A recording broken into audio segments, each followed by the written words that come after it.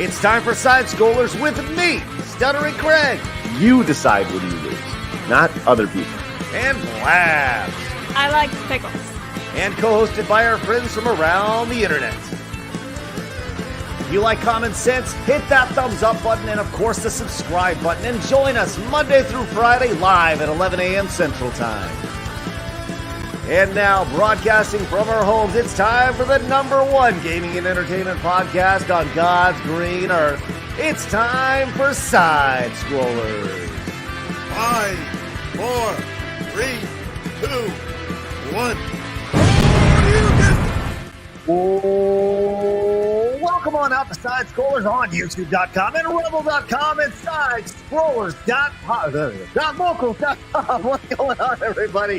Hi, I'm Stuttering Craig. Happy Thursday to you. My, oh my, as the weeks and days go on, the hours, the minutes, the seconds tick by. Here we are, surrounded in controversy. Oh boy, are we getting into it today, baby. Let's go. Hi, Blabs. How are you? Hello. Oh, really close up. Hi.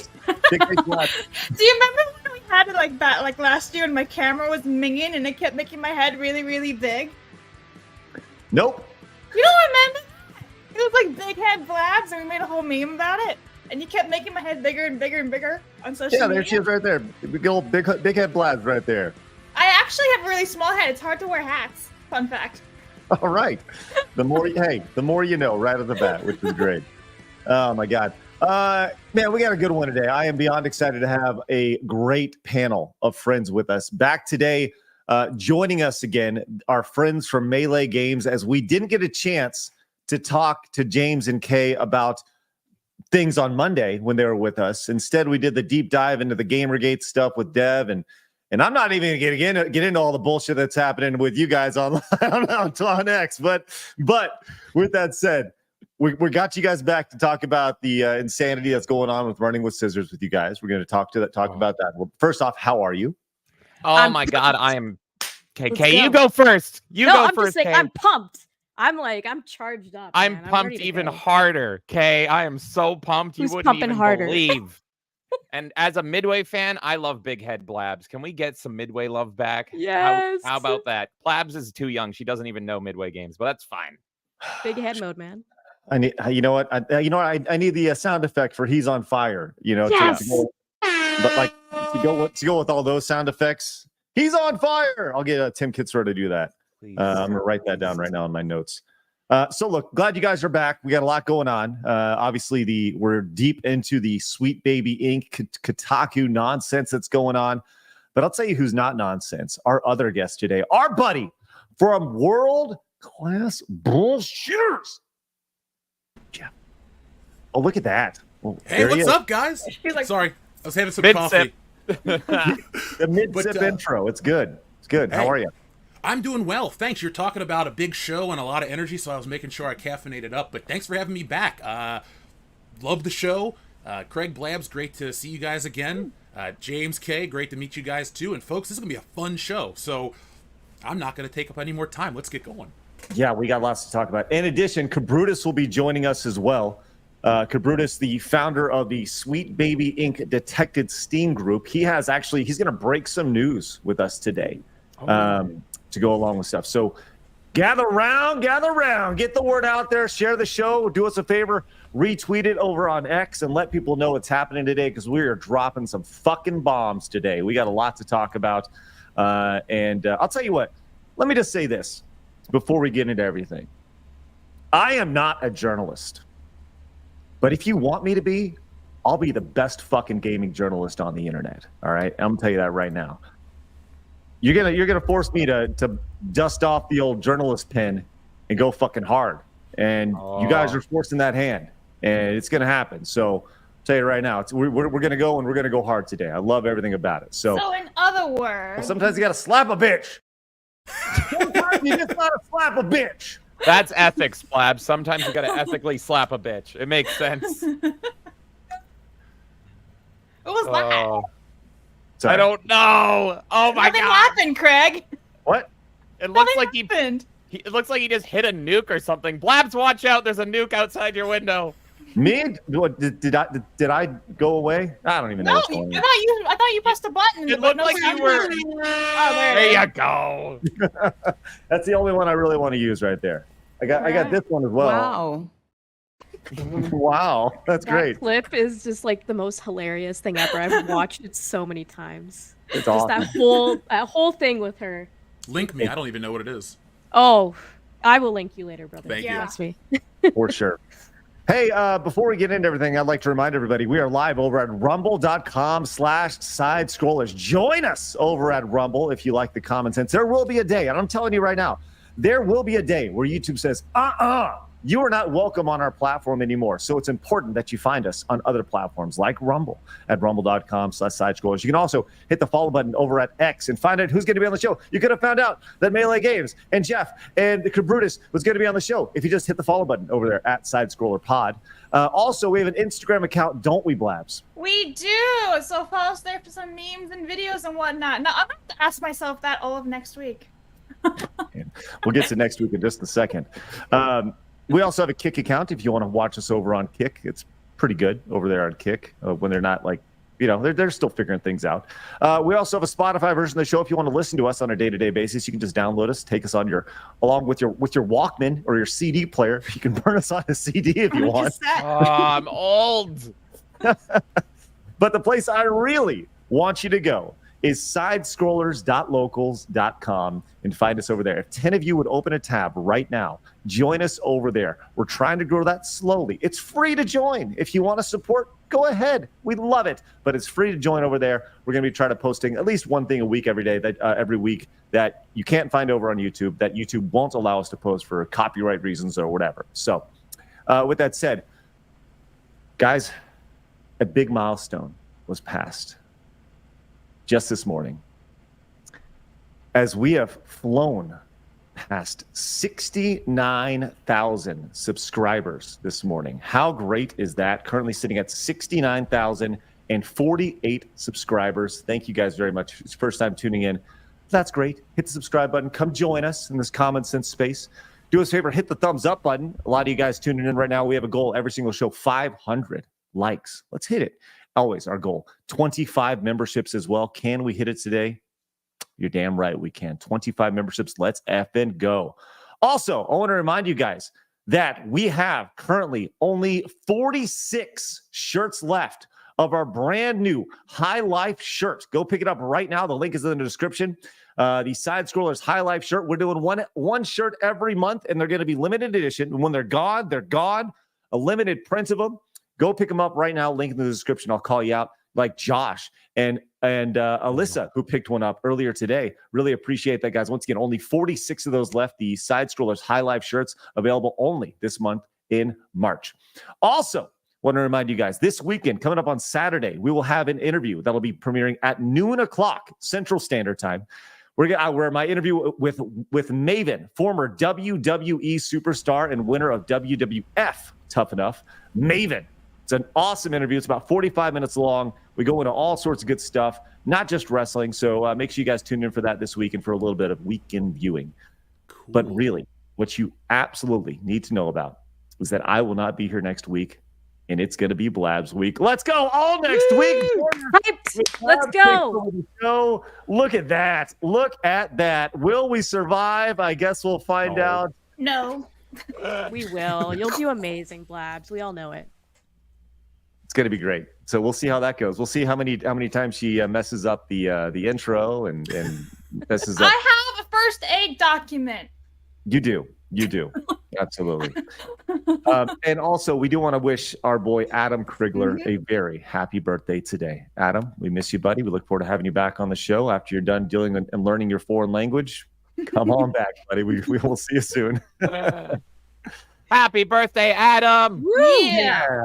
What a good guy. Viper came in with a 5, says, Blabs, I'm on vacation for all next week while you're on your own. Don't let me down. You have a big responsibility here. Okay. Okay. Tomac, my boy, came in with the $20 super chat. Says, Daddy Craig, I'm looking forward to you getting was it senile? Kyle. Oh, there it is. Yeah, Kyle, that's his name. Kyle on at some point. He has some banger songs like "Touch of a Black Man." I reached out to Kyle via DM just to let him know that I appreciate what he's doing. I think he, more than anybody, has been on this longer than most people. And I think it's important to give credit where credit's due. He's been kind of calling it out publicly for a while. So we'd love to have Kyle on. That'd be great, for sure. Thanks, Tomac. Appreciate that. Goes nowhere, does nothing. Says, the bar for best gaming journalist is firmly in the basement of heck. You got this, Craig. That's right. When the bar is so low, when some You can only go up. club can step in and be the best video game journalist, that's pathetic.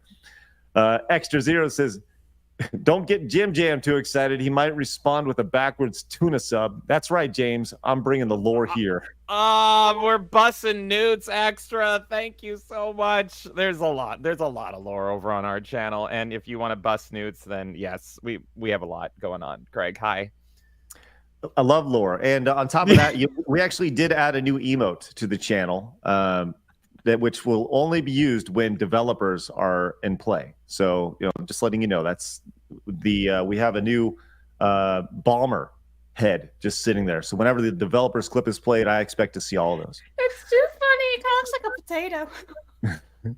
Quiznos says, good to see you, Quiznos says, given RT situation, what will it take to buy back Screw Attack? Well, I have an email out to their general manager now asking just that question. I'm going to be very honest. A lot of people have asked about this. I had a tweet kind of pop off yesterday about that. So here's the thing. I want to buy Screw Attack back. I'd like to buy Death Battle back. We'll see if Death Battle's a part of the equation. But more than anything, I want Screw Attack. Last time when I spoke to them a couple years ago, their asking price was $200,000. That's a lot of money for a dead brand, which is why I said no. But I think that it's possible, given that it's been a couple years since that happened. And I think that they need to liquidate some assets. So we'll see. We'll see kind of where that goes. It's a low-hanging fruit. It is so not important to them. Screw Attack isn't a speck of dust in their catalog of content, right? So if we can make a deal and make a deal quick and just say, how much do you want? Okay, let's make it happen. Side bump up, bingo, bonka, bingo. There you go. Get it done. They make some money.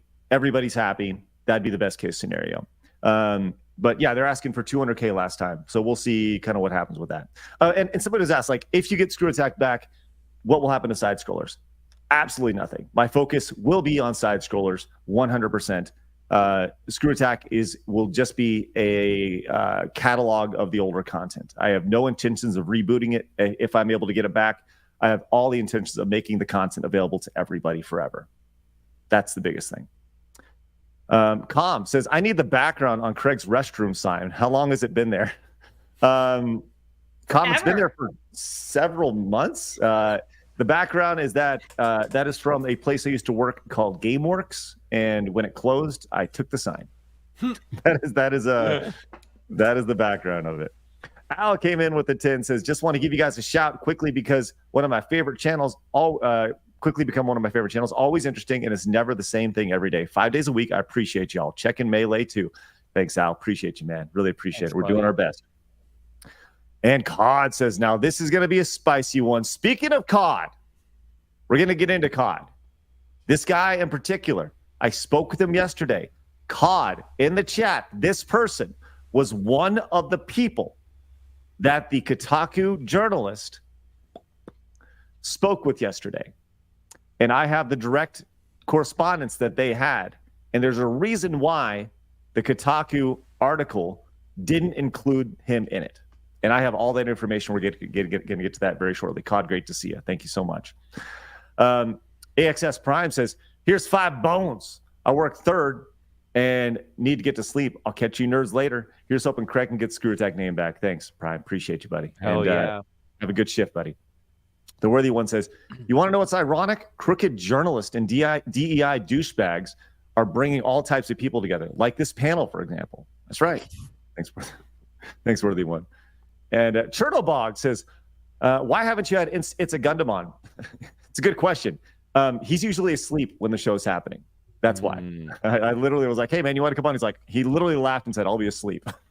So I think I was thinking I may, depending on what happens today, I may actually do an evening stream tonight. We've never really done one since Side Scroller started. I may do an evening stream tonight. We'll see. Just as like a, because I'm not going to be here next week. Steiner Math came in and says, I know a numbers guy for the Screw Attack purchase. Oh no! Yes. That's awesome. And the real dude came in with the 1313 direct donation. Says, can we please have Melee James address the allegations that he's from Alabama? He can't keep getting away with it. I'm just like Hardcore Holly. We're going to be dropping those Alabama slammers all over Sweet Baby, so don't you worry. Alabama bros, rise up. I may be a Canadian, but really, my heart is in the South. So shout out to you. Kratos came in with the 10, says, I got you, Craig. Use this to buy that Screw Attack. Or maybe just smuggle some Oreos into the Gengar behind James. No, we're done with the Oreos. No, It's not happening, okay? No more Oreos, guys. I'm seriously. literally this man's hostage. That's a lot. Oh, God. We've Dude, confused I will everyone. download every live stream that Blaz plays the laugh of the she-banshee when she is in charge. Don't do it, Blabs. And Blake says, Ethot watch all next week. Let's go. I was gonna do it, and he knew Don't me you so do it. well. Some of the Quality funniest content. stuff I've ever seen, Blabs. Quality content right there. I love it. We have an update. The fuck?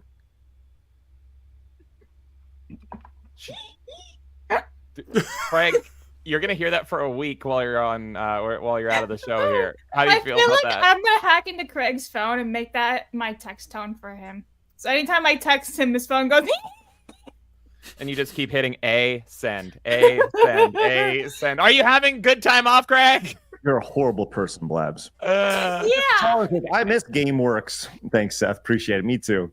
Schnitzel from Jotter says, buy Screw Attack, re-upload French and German. Let's go. Okay. Yes, deep cut, really deep cut. So the French and German show, hey, you know how we sing for every $100 donation and in really bad accents, Blabs? Right? The French and German show was that, except it would be deemed extremely problematic today. That show, is a one-off spinoff right there. What are the ones says? Bama Bro here. What's up, James? Let's go. All right, take me in. I want to move into Alabama. We want to move on in. All right, we got a lot going on today. We're going to be joined by Kabrutus here very shortly. But before we do, Blabs the Tower Tart came in. Blabs, go ahead. Him. Oh, I really blew myself up. Okay. Blabs the Tower Tart for $5. What is the over/under for N-words during Blabs week? I like pickles and violence. Yay! Yeah. How many N-words can I drop? Craig, give us. We need a number. 3? 63. Less than 5? Yeah, Craig. That's a good number. 1 per What's the show. allowance? Yeah, exactly. 1 per show. 5. Yeah, no, Blabs, go crazy. Go ahead, as many as you want. Just What have you done? How about So this, Blabs? tired. How about this, Blabs? How about you just do an entire show of that word, just over and over again? See how long it goes. I'll bring Flawed on. That way I have a pass. We're taking it back. All We're right. gonna overuse it so it's not offensive anymore. I'm in. You're taking it back. Yeah. All right, let's get into it. It's time for my favorite segment, your favorite segment, everybody in the world's favorite segment. It's time for Hard News.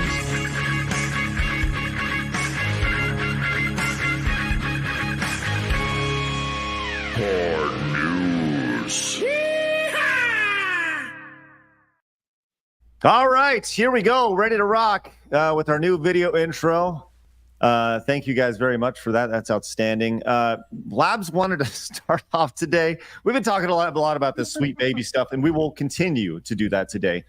But Blaz put this at the top of our run sheet. If you want video game news and journalism, you're about to be slapped over the face with video game journalism. But first and foremost, you're about to be slapped over the face with America.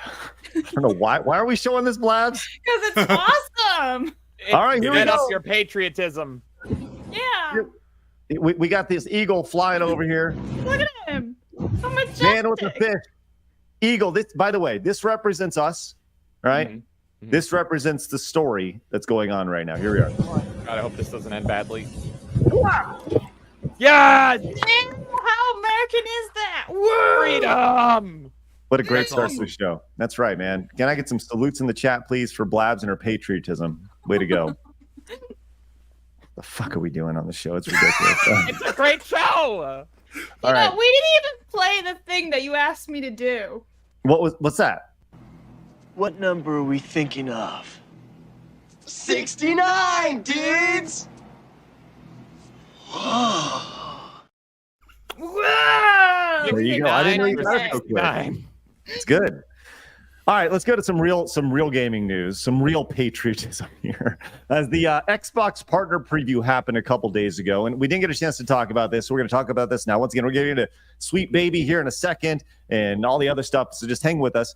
But we got some gaming journalism to do. They announced a bunch of games. All these look, there's some hits, there's some misses, but the one that I really want to point out is Monster Jam Showdown over here. I'm just saying. Digger. Dude, that looks Yeah. great. I'm hype. Jeff, have you been to any sort of Monster Jam truck show before? Sadly, I have not. They come to Cincinnati all the time, but I guess like wrestling and Monster Jam are in the same category, so I do a ton of wrestling, but never Monster Jam. So maybe they could cross it over again like they did in the 90s, because I'd love to see that Stone Cold truck just kind of, go up over the ramp, fight the Undertaker truck. Sign me up for that. That's a great, yes. They should, remember Goldberg had a truck in WCW? Yep. I had a Goldberg monster truck toy. If they just revive the WCW brand, add the Macho Man monster truck, the Hollywood Hogan monster truck, this has my money. I don't care how crap it is. I'll invest in it, actually. I'm on boord with you guys. Yeah. Get Slim Jim to sponsor it as well. We're set. Let's go. Oh, yeah. That's ridiculous. Oh, yeah. All right.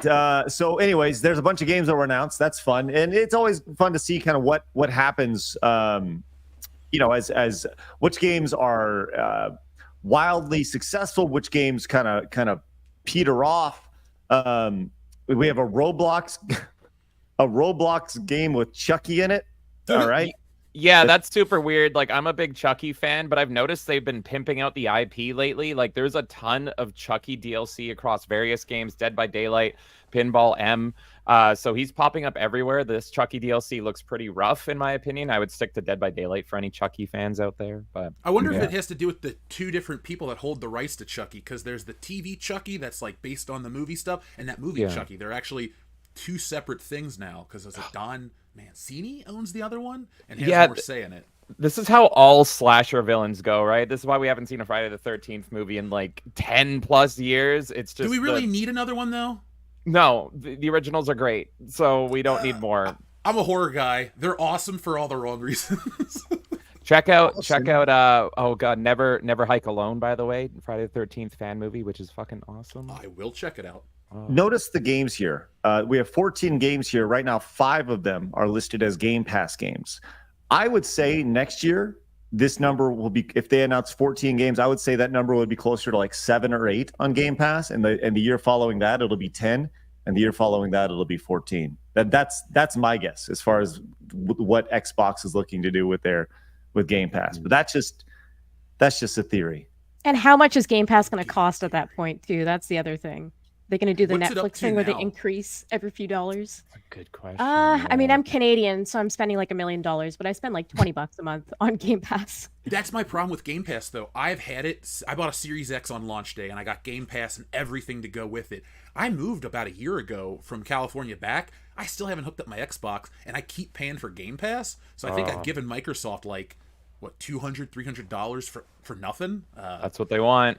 I know. Oh, God. I'm not like a Microsoft shill, but I'm a disenfranchised gamer by a lot of modern tactics, so it's kind of nice to just like play Halo and have all these games there for me. So that's kind of why I keep it, but I need to do more with it.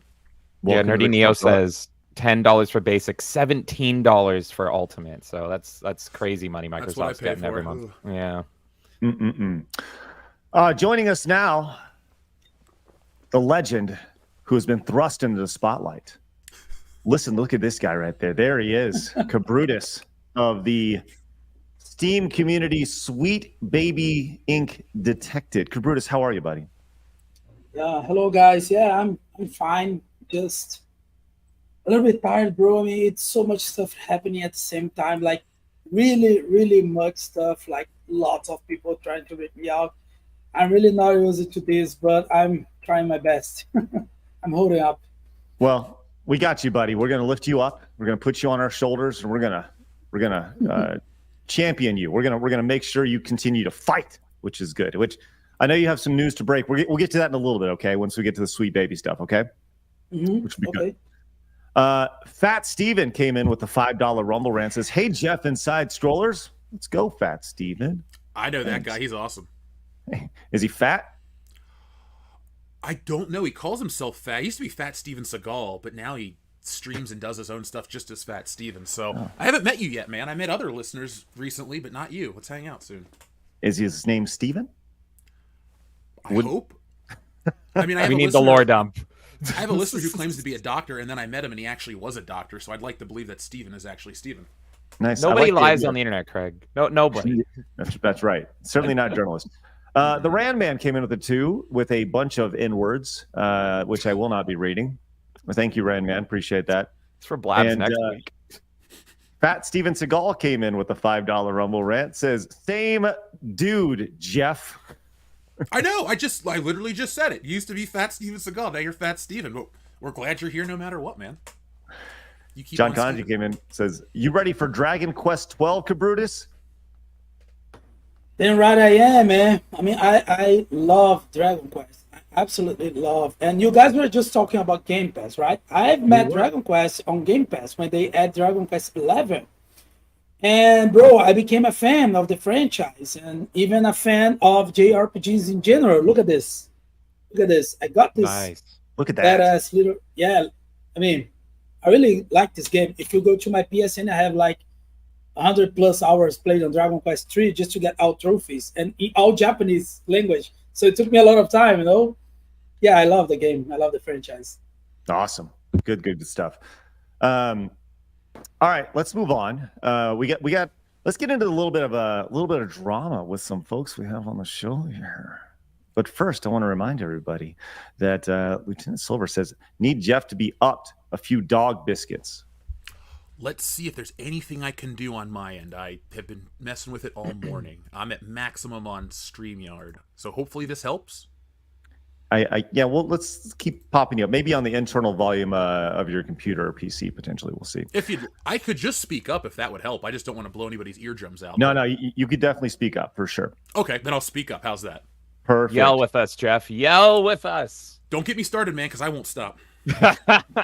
Peter came in with a $50 super chat. All right, Jeff, you get to pick our color today. What would you like? We have all the various colors to go on the wall. All the colors of the rainbow. I'm going to pick my favorite color, blue. As you can see, the whole set's blue, so I picked blue. It is. All right. Peter, you're going on the wall, my man. Really appreciate that. That is awesome with the $50 super chat. Love to see that. And would you all do me a favor and look at that? Look at it right there. Right there. By the way, Jeff, did you know we had someone in the chat the other day called like Anakin's burnt wiener, and we thought of you because the lore circles back. I keep seeing that clip pop up on Twitter or X or whatever, and I'm just like, I'm glad that was the contribution I made to the show. Darth Vader's maybe or maybe not burned off ding dong, but ding dong. They're sticking around. Hey, Cod came in, says, "Fat Steven Seagal. What about Steven Stalin?" Okay, thanks, Cod. And Blabs the Tower Tard came in with the 5. Wow. Blabs the Tower Tard for $5. According to North Faith, Blabs is the reason black people aren't allowed in the woods. I like pickles and violence. Yay! Congratulations, Blabs. Way to go. Yeah, that North Face stuff is wild. I don't know if you guys saw that or not. We can. No. It's crazy. Just don't. That's all I can say. Just don't. Okay. Spartacus came in and says, "Hey, hello, love y'all. Let's have an amazing show." Yes, let's have an amazing show. All right, let's get into this now. The people on the right side of your screen over here, that's Melee Games. You guys have a podcast you guys do on the regular. And I don't know. You guys give us a little bit of background here. Give us a little background on your relationship with Running with Scissors.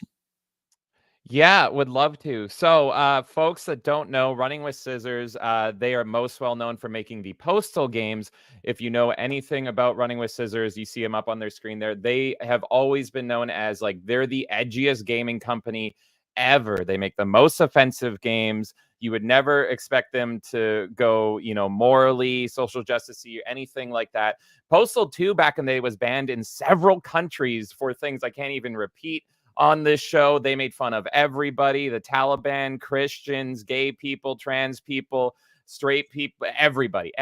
There's a mission where you go and you kill a bunch of gay people because they pulled a Pulp Fiction on you and, had their way with your butt. So they got banned for multiple reasons, and they are super edgy. And I've been a lifelong, effectively for over 2 decades, fan of theirs. And so that's why this story is super shocking to me. Okay, so you go in and well, talk about this story, because you went in and you were talking about the state of this, state of their company, and you discussed this on your podcast. And what specifically, when you say the state of Running with Scissors, what do you mean specifically? What's the state of the studio? So what happened, we go a little crazy on our podcast and we have deep dives and all that stuff. We decided to talk about the absolute state of Running with Scissors because, like I said, these guys are super edgy and intense, but we had to talk about this because we saw no one else talking about this. They decided to get a little mad online, and they got a little ass mad. Pretty much what happened is there is a parody account called Your Goat is Valid, Phobic, and Proud. And what this parody account does is they will just take random images of random video game or Disney characters, and they'll say Simba from The Lion King is transphobic and proud. Steve Ballmer is transphobic and proud.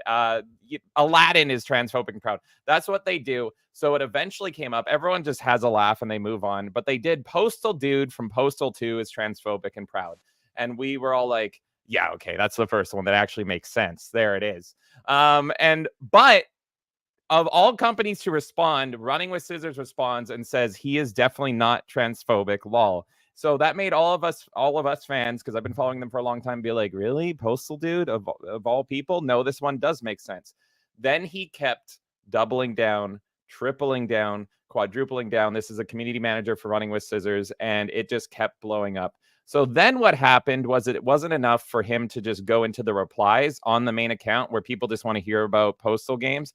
He decided to take the argument to main. And so he'd made an image that says, this guy hates everyone equally, which made the fans just completely go in this direction and made them all just laughing at this guy. And all they've been doing, and this is really all we talked about, was him just completely going insane and off the deep end, going after every fan that disagrees with them, and just blocking them. Like, their follower count has just been block, and going down. So we just thought this was funny. We thought this was absolutely hilarious. So we decided to talk about this because it's like, if I was a betting man personally, the one company I would never expect to go down this road is Running with Scissors. We wouldn't talk about this if this was Ubisoft. We wouldn't talk about this if this was EA, any of those. That's part and parcel for those companies. But the people that, like, you can fight the Taliban when they're fighting Catholic priests and they're going, la, la, la, la, la, la, like, you don't expect them to act this way online and get super mad over a trans joke. So what happened then was the next day after we talked about this on our podcast, I just tweeted out the podcast and I just tagged the top 3 stories of the show being them. And I didn't even say like what we went into. You'd have to watch the show. So I just said the absolute state of Running with Scissors and more. And so you would have to watch the show to understand. Maybe we're in agreement with them, but you'd have to watch the show. We had about 50 views on the show at that time. And then Running with Scissors actually responded to us. And as you see right there, they said, your podcast sucks ass, which I just thought was absolutely hilarious and caused more of this to just spiral. I shouldn't have been surprised based on what they've been doing, because all this guy's been doing is screaming online. I shouldn't have been surprised. And what this did, once again, caused everybody to melt down and scream at them. Now, we were trying to figure out why this is happening. Why is, of all companies, Running with Scissors just absolutely melting down? we found that, hey, maybe it's because they have a trans coworker. That's some identity politics in there, maybe.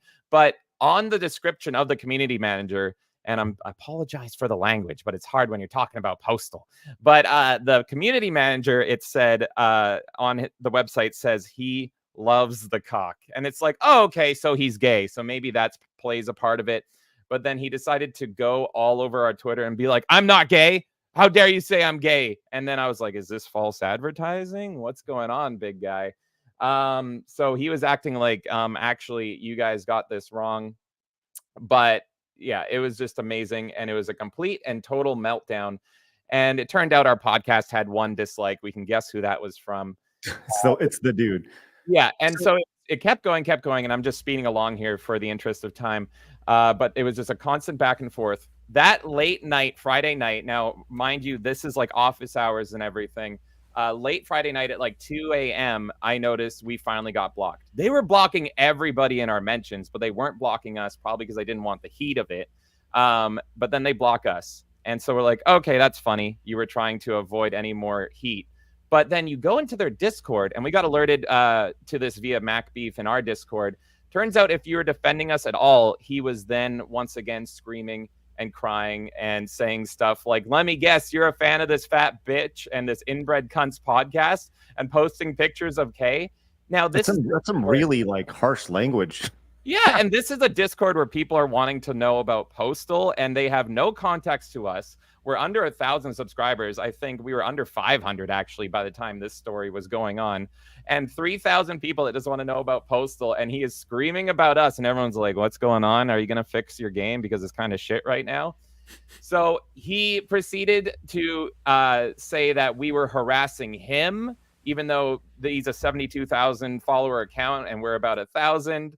And just complete meltdown. And if you went in there and you were defending us, or if you were just laughing at him, you were getting screamed at as well, and they were blocking you. And this story is still ongoing. It is crazy. Shout out to Bardo Nardo, who literally came in our Discord yesterday. That was like, you guys have no idea. This guy has been unhinged for a while. A lot of people are a fan of Running with Scissors, and they're afraid to speak up against this guy. Apparently, Bardo Nardo just had criticism based on one of the character designs, and because the character was designed based from the community manager's girlfriend, he went total nuclear on him as well. And anyone that was like, chill down, dude, it was just some criticism, he would block them. So the entire Running with Scissors community is just in a complete downward spiral, and it's all because of this guy. Funny thing is, he actually did apologize to us in a DM, which is really funny, after he was insulting us and like calling me inbred, which, hey, I am, whatever. I'm from the deep South, and then calling Kay fat constantly. But right. I was like, what do you want me to do with that? What do you want me to do with that? So it's just an absolutely wild story. Kay, feel free to fill in any fun blanks there, but that's kind of a big overview of the absolute state of Running with Scissors going on right now. No, I'll say it's a really good basic rundown. There's lots of tweets out there you can see. We also did a 3-hour deep dive on it on our channel. So if you're like, I want to know like all the different stuff, just because, interest of time, we don't want to take up 3 hours of this show, feel free to watch that as well. But it was comedy, pure comedy. And he just kept seething. We've been laughing for days and days and days about this. The irony of all this, though, is that with all the Sweet Baby stuff going on, which we're about to get to, they're hopping on that that bandwagon here with this tweet after being so fragile with you guys over the last week or so. They put this out earlier today: bring games back to the gamers, and they actually have Doom Guy pissing on Sweet Baby Inc.'s logo right here. Yes. Do you guys see a whole lot of irony in this here? So despite the apology that he DM'd us, we're still blocked, and everyone is still blocked. It is strange. It is strange. We were saying, because we did an update. We don't normally do updates on our show, but this was so insane and so funny. We did like a 3-hour deep dive into it, and in that 3-hour deep dive, we just said, dude, if you just didn't get mad online, none of this would be happening. But you're double, triple, quadrupling down. just talk about your games. Just talk about your games, and it's fine. So I assume he was listening to that. The apology actually came after the show, the Side Scrollers on Monday, Craig. So I had a feeling that, you know, maybe he had a talking to, maybe they got worried or something. So I've noticed since that they have kind of tightened the buckle, so to speak, and they've just been sticking to what they should be talking about, which is their games and actually talking against Sweet Baby. So I'm just saying, maybe they are aware that that wasn't the best idea to scream at their entire fan base online that they've built up the loyalty for 2 decades over. Don't attack your fans. Not the smartest decision. Right. Well, keep us updated on it. You know, it seems like they pulled back a little bit, and hey, we'll pray for you. Okay. Thank you, Craig. Oh God. I'm a victim. Oh, by the way, he also said that he wanted me to come to Portugal to say that to his face, which I thought was really funny. He wanted to fight us in Portugal. Fight us in Portugal. Steal my purse. Guys, book the plane tickets. We'll put it on pay-per-view. Okay. Perfect. I'm ready. We'll make it available for all members over at sidescrollers.locals.com. It'll be great. Perfect. So. I'm in. Let's do it. Referee. Yes, Jeff, you're the ref. I'll be the announcer. Ring the bell. Blabs, you can be the color commentator, and hey, you can be the ring girl. It'll be great. There you go. Kabrutus, Look at that fat ring girl. Get out here. In Portugal. Kabrutus, you can make a Discord or make a Steam community about running with scissors games. That'll be great. Oh yeah, definitely. That's a good idea. There you go. Hey, CR Box came in with 20 gifted memberships. Wow! Spectacular. Putting us just 5 short of our goal of 25 for the day. Box, thank you very much for that ridiculous support. If you guys got gifted membership, what should they do, Blabs? What should they do? Pay it forward, and I say thank you. Thank you. Excellent. Thank you so just much. like you do. Thank you. Which I don't know where Thank they you very come much. from. CR Box, that is beyond generous, and we greatly appreciate that. Edward came in and says, absolutely do not support Death by Daylight. Dead by Daylight, yeah. As they have had a DEI consultant company involved called Gamer. Oh, Gamer. Yeah, no. I can talk about this. I have a love-hate relationship with Dead by Daylight. They have been paused, so to speak, for quite a while. I hate to see it. I have about 500 hours in Dead by Daylight. But a few years ago, because I've been playing since they were peer-to-peer, a few years ago, they decided to hire drag queens to do their Twitch streams, and then they have all the flags, all the colors of the rainbow, just like Skittles, where you can hang it in the game and everything. This is like just par for the course for 99% of multiplayer games out there. You hate to see it. I quit Halo Infinite over the same shit. It's really hard for Dead by Daylight. So yeah, I did say that because the Chucky content in the game is really fun and good. But I understand, you know, go play Helldivers. Go play Helldivers. There's none of that shit in that game. There's no Chucky. For democracy, there's no Chucky, but go watch the Chucky movies and play Helldivers. That's a much better solution. Thanks, Edward. The irony of all this is that you have a game that's about murder, killing, and like finding people. And then, like, what are you doing? Like, that seems like a very mixed message that you have right there. I may have gotten blocked for them. I may have got blocked by them just for pointing out when they had a drag queen Twitch streamer being like, is this a new monster reveal? They may have not liked that. So. Sig226 says, Blabs the Tower Card sounds like Shaquille O'Neal. Thank you. Mo came in and says, name change to running with scalpels incoming. Thanks, Mo. Oh, My other favorite one that we heard a lot was running while scissoring. Yeah. Magnum says, God damn it, Craig, my nuggets itch, but only the Messiah can scratch it. Okay, well, good luck with that, Magnum Norris. Appreciate that. And Dwave Miner came in and says, news about RWS isn't surprising. Commander Carl, one of their fairly new animators and modelers, tried to call Az out on pronouns 6 months ago. Oh. Thanks, yeah, no, the rabbit hole is insane, and we're still digging into it. Extra Zero says, I stayed out of it, and I got blocked. Yeah. If you responded to our tweet, you got blocked. It was so funny. 60 Watts says, Blabs on commentary? Color commentary? I see what you did there. That's right. Fat Steven came in with 5 gifted memberships. That is spectacular. Thank you very much, Fat Steven. If you got gifted membership, make sure you say a thank you and consider paying it forward. Really appreciate that, Fat Steven. Also, Unbreaded came in with 5 more gifted memberships. That is spectacular, guys. Thank you very, very, very much. That is awesome. And short, fat Kotaku Dev came in with the massive $50 Canadian super chat. Blabs, read that off for me, please. He says, yesterday I dug up an old 2021 investor PDF. After Zoe pushed Alec to suicide, his sister inherited approximately $7.7 million from NitW sales. I'm guessing net worth sales. And then she funded Sweet Baby, which is run by Zoe's pals. Now we have a paper trail. It's ghastly how they treat family. Wow. This actually all happened? Oof, this is dark. Look, Gamergate got really dark, buddy. Short time, Dr. Dev. Thank you very much. I remember all Gamergate stuff. Oh, crazy. Scary. Oh, I just remember Gamergate, like, back in 2014, I was going to work at con, and all this stuff started to break, and I was so hooked by it. And it was dark then, but Jesus, it just keeps getting worse the more you find out about it. It's absolutely insane.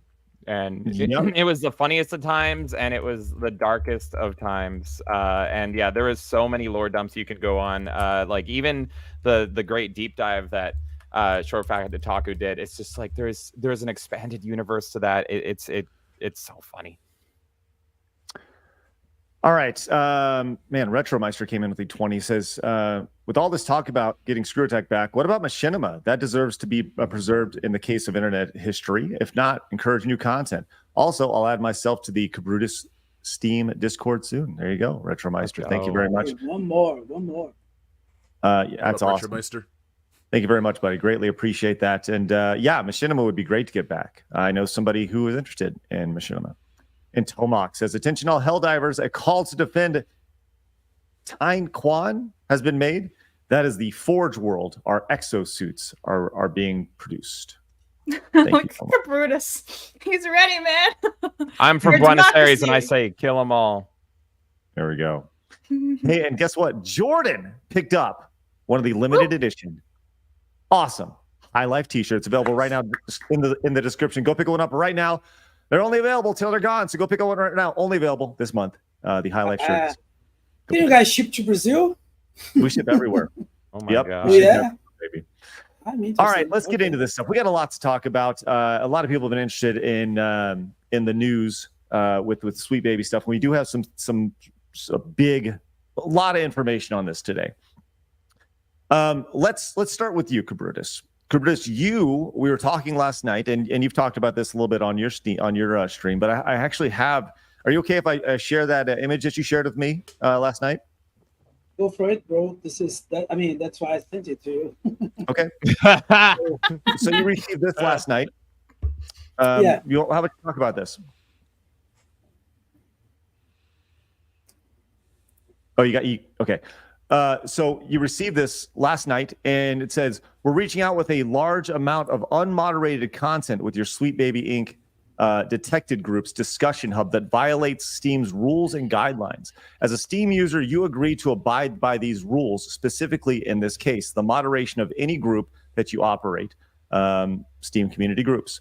The Steam community allows players to create private and public community groups, each with their own discussion hub, announcing system, and group chat room.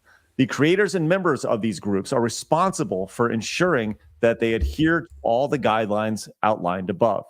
Groups that allow violations of these guidelines may be removed, and the accounts involved with uploading the content may be restricted.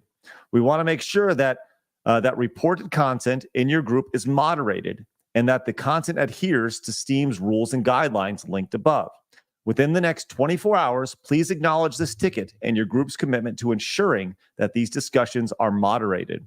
Failing to do so will result in discussions being removed. So, talk about that, Kabrutus. This is more or less, this group has gotten so big that it's very hard to moderate at this time, and you've actually had to make steps to moderate it and stop with comments right now? Yeah, exactly. Yesterday I was making just a small live stream to talk to people and just play some games. And one of my moderators, he came to me, hey man, I gotta talk to you right now. I mean, Retro Cecil, he's like, he's and Cassette are my two crusaders, like they are my two generals in this. They are my moderators, they are my personal heroes, they are help me out. a lot with this because I have zero experience on moderating Discord servers, Steam group, this kind of stuff, you know. So he came to me, oh, hey, take a look at this. And when I saw it, I said, okay, so we gotta do what we must do to save the group. Just purge the heretics, man. Like delete everything, delete everything, and just and then he recommended me 2 of his personal friends to join the moderator crew. So okay, I'll give moderator rights to those guys. Bro, commence the purge, man. Like delete everything, lock all discussions. Do what we must to save the group because I don't want to see this getting down. We are almost at 210K right now. It got like almost 15K since I went to sleep tonight. To right now, bro. I mean, it's an amazing growth rate. So yeah, I mean, only thing that is concerning me is that, I mean, we got rid of the vast majority of stuff that was being reported, but there are some threads that when I try to delete them, it says, for example, I'm trying right now and it says fail to modify the topic, please try again later. So sorry, we simply can't delete. There are some reports that we simply cannot deal with, and I don't know if Valve is gonna take it. Oh, so you were supposed to, I mean, to solve all reports and get rid of all of them. So since you didn't do it, okay, bye to your group. But if you take a closer look to the message, it says discussions being removed. So I wonder, even if they take an action against the group, maybe the creator page will stay. I don't know. I have no idea, honestly. So if I can quickly say, there's been concerns for years that Valve is kind of going off the deep end here. A lot of us love Gabe Newell, Gaben, and he's usually been a champion of gaming. A lot of people have seen him that way. If you guys remember the Hatred story from a few years ago, he was the one that stepped in and made sure Hatred actually came back, and he's been very like, let the consumers decide what games you guys want on the platform. However, I feel, and I was tweeting about this just before the show, in recent years, Valve has kind of fallen off, and I think Valve has gotten too big for their own good, and you have to get bigger to sustain Steam. On the Sweet Baby websites, Valve is listed as a client, and also for the past few years, they have been denying games the Steam platform. Literally just days before release, they denied Richard LaRue as Super Seducer 3. Very recently, Argent Order US, us, and then Domina as well got removed just because the guy had pretty much wrongthink on the platform. So these are these guys' livelihoods just completely wiped out because Steam effectively has a monopoly on a PC digital storefront. And yeah, so I'm not surprised. Unfortunately, Kabrutus, I'm not surprised if they're going to take action against it because we've been seeing this slow creep go into Valve, even though Gabe Newell is seen as kind of a hero of the industry. You know, as pointed out in the chat, it's like moderating 200,000 people in a group is next to impossible. Like imagine a conversation happening in a medium-sized town, 200,000 people, and you have to moderate every single thing that's said in that conversation. That's next to impossible. You need an entire team of people to do that, right?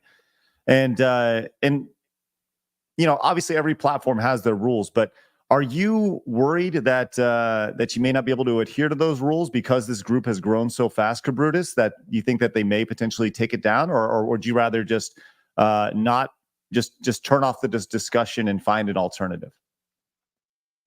Well, I mean, I gotta be honest. I am kind of, you know, I kind of have faith involved that they're going to do the right thing. I mean, they're going to realize, okay, this isn't this guy's fault. Because I think that this message is some kind of automated stuff, right? I guess this is a bot that is sending me this message. So, but I mean, anyway, in case they actually bring the group down, I am taking actions to keep doing what I'm doing in other places, you know. I don't want to depend solely on this group. Yeah, and we were talking about that last night. You actually have kind of an announcement you'd like to make today about that, yeah? Oh yeah, yeah, absolutely. Can I do it now? Go ahead. Okay, thank you. Oh yeah, so yesterday after all this group being about to take down drama, so I thought to myself, bro, this is kind of too fragile, I mean, relying only on a platform where I pretty much don't have control on what can happen to my page at any time.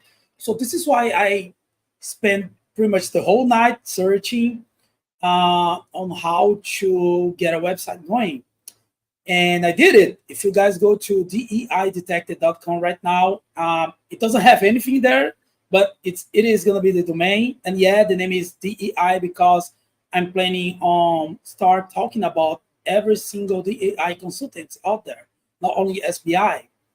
And I'm planning to do, at the beginning, it is going to be a kind of a mirror of what I'm doing on the creator page. But I'm planning on expanding this. I'm planning on adding more details. Like I mentioned, adding more companies. And yeah, I need you guys' support on this because this is going to become my full-time job, Hey, this is awesome. Yeah. As Mike says, tie the website to a Twitter account as well. Yeah. You said, so it's deidetective.com. DEIdetected.com. Oh, detected. Okay. Yes, detected. Yes. I like the idea. I wanted to utilize the detected name because I think it kind of sticks to the people's mind after my creator. Look at that. That's amazing. Choice of words. Oh wait, there was a music supposed to be playing right now, but I think I got it wrong. Anyway, yeah, I'm still learning. Learning. No, it's great. I used to be a software developer, but I was a backend developer, not a front end. So this is totally different for me. I'm trying my best. I'm learning. It's great, man. Well, I think it's a great step. Obviously, you being able to control things, and we've had conversations. I will do whatever I can to help with this. Whether it's with games, TV, movies, whatever. I think there's a big opportunity here, and I think that we talked about this week. You're really grabbing the bull by the horns, and this is a service that people want, people need, and people desire, because this does spread far deeper than Sweet Baby Inc. Oh so. Yeah, I'll throw in my support too. I think what you're doing is awesome. We'll retweet and share everything we can to help you out too. Love it. All right, let's get into some of the craziness of the last day or so.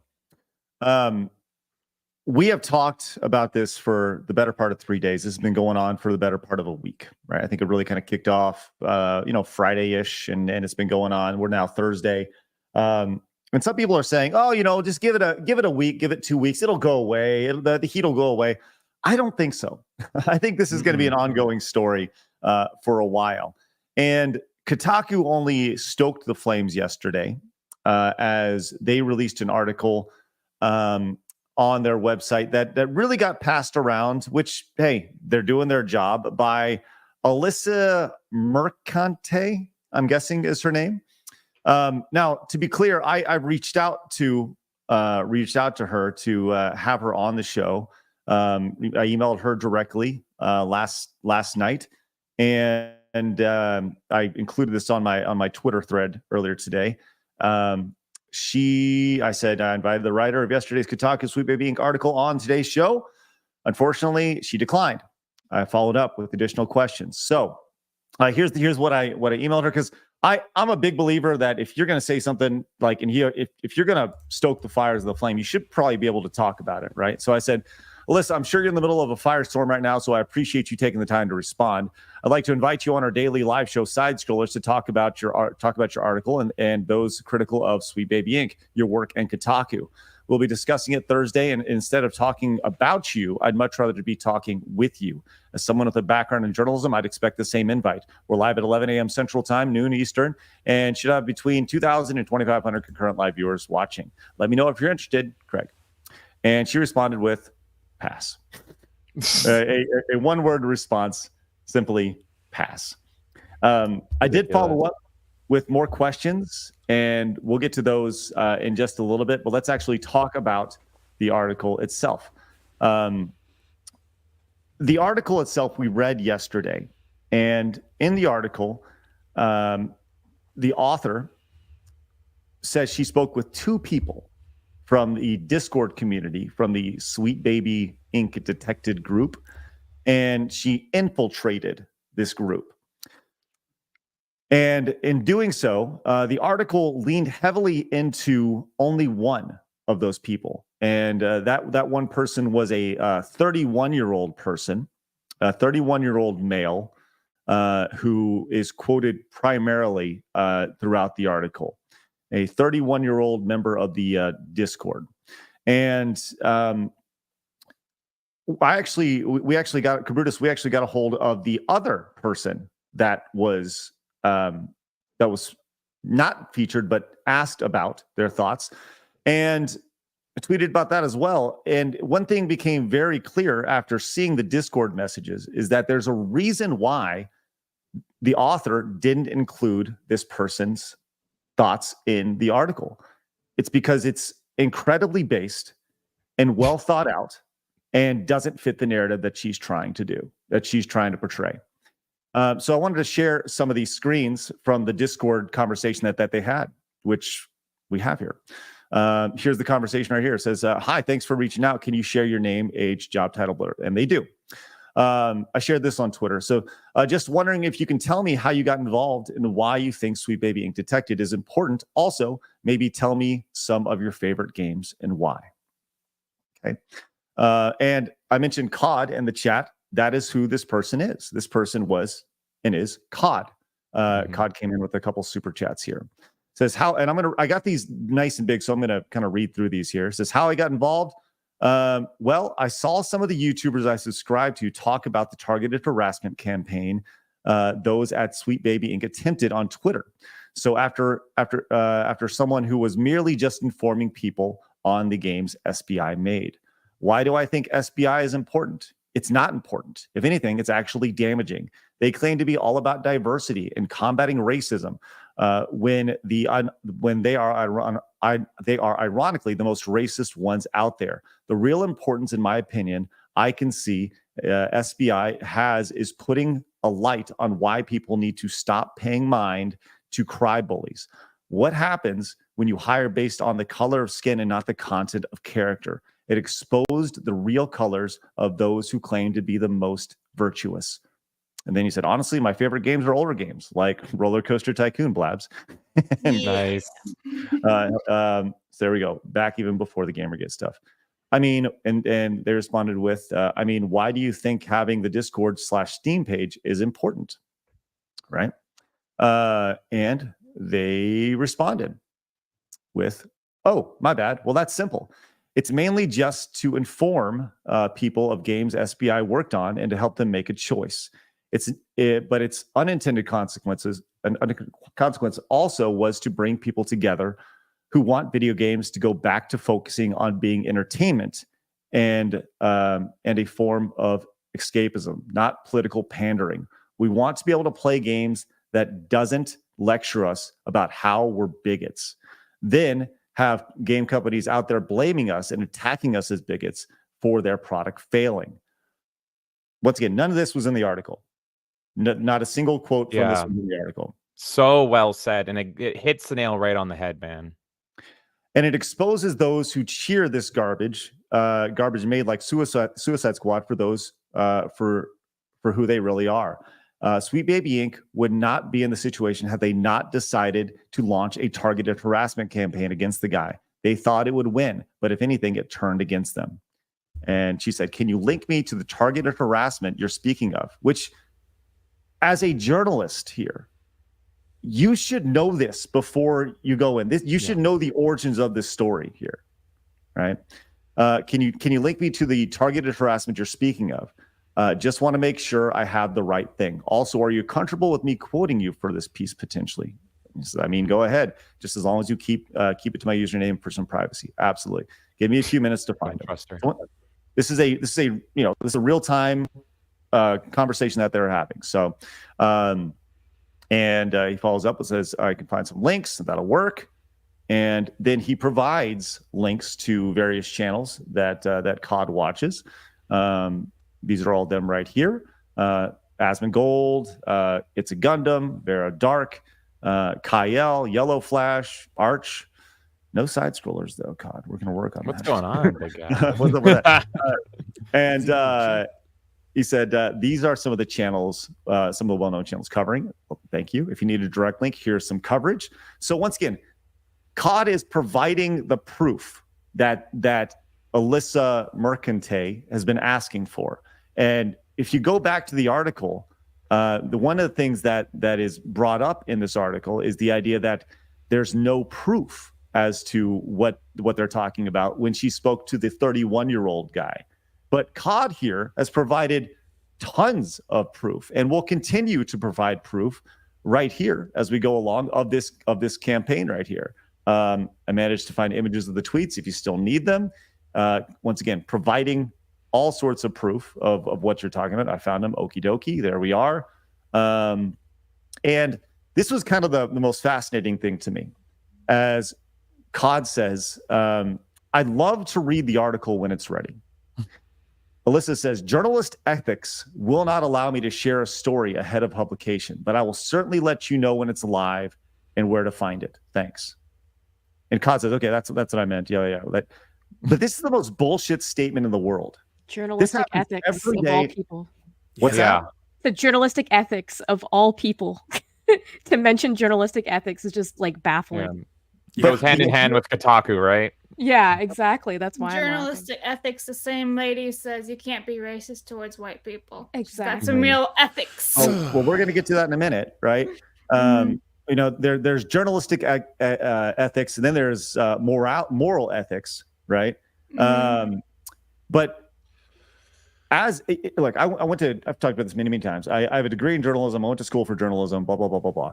Nowhere in the handbook does it say you cannot share a story ahead of a publication. Nowhere, zero. So that's just the biggest bullshit line I've ever heard in my life, and I think that's just a bunch of nonsense. So we went in and Blabs did some digging today, and we wanted to point out some of the claims made in the article versus versus the reality of some of the things that happened in the article. Starting with this one right here. We have this claim from the article. It says, after chatting with Sweet Baby Inc., I returned to my Discord DM with one of the members of the group rallying against them with the help of Belair's own words. I explained what SBI actually does. Its core focus on narrative work and how DEI is only a small part of their remit. In reality, from the Sweet Baby Inc. website, it says Sweet Baby Inc. is an inclusion-focused narrative and consultation company. It literally says inclusion-focused right off the bat. Nowhere in there does it say anything about being a small part of what they do, right? So very misleading statement right there as we go along. And there's more from Grummz, who's been a big champion of this over on X as well. Grummz says the Kotaku article completely forgets to include the fact that Sweet Baby bullying and trying to cancel the Steam group and user is what started the whole thing. So once again, not referenced once in the Kotaku article. They lead with gamers started to harass Sweet Baby Inc., but they don't ask why. Why? Hey, I asked you this the other day, Kabrutus, and I'm going to ask you this again. When you launched this group, and by the way, they should have reached out directly to you. If they were doing their job as a journalist with ethics, they should have reached out to you. Did you, Kabrutus, did you get an email at any time from this Kotaku journalist? No, they didn't even try. Did you get a DM from any Kotaku journalist? No. I'm getting lots of DMs, but none from them or any one of those big outlets out there. So no one from Kotaku? No. No one from IGN? Nope. No one from Polygon? Thanks God, no. No one from Game Informer? Okay. So no game industry veteran at all. No journalist at all. No, nope. Okay. Zero, nada. Okay. I just want to be really clear with this. This is really, really important.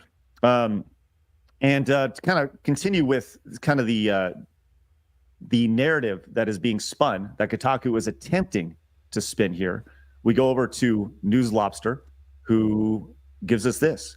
It says, promoting inclusion is different from promoting left-wing dogma right here. They have some specific examples here of things that have been said in the article. It says, he also insisted, without providing evidence, that Sweet Baby Inc. adds race and identity group quotas to everything they are involved in. Attached to this tweet is the CEO of Sweet Baby Inc. admitting something towards race and identity quotas. Would you guys like to hear this? Absolutely. Please. What I want to start with is sensitivity rating, because this was a new term for me personally, and I'm pretty curious about how it all works. Can you maybe tell us a little bit about it? Yeah, for sure. So with my company, Sweet Baby Inc., we're a narrative development company. And for me, what that means is everything from, writing and narrative design to world building, to character development, to scripts, to punch-ups. And for me, what's one of the most important things that I think I try to bring to any work that I do is representation. Is that feeling of, is this authentic? Is the diversity that we have in this game authentic? Does it come from an honest place? Does it come from a real place? And for me, what sensitivity, the work that we do in sensitivity is often tied into the work that we do in narrative, because I don't think they're necessarily two different things. When you find, when you're reading through a story, I'm thinking, okay, one, does the narrative work? And two, how does the narrative represent the players, not the players, but the characters in it? How does it represent the world that it's creating? How are people going to take that world, and how are people going to find themselves in it?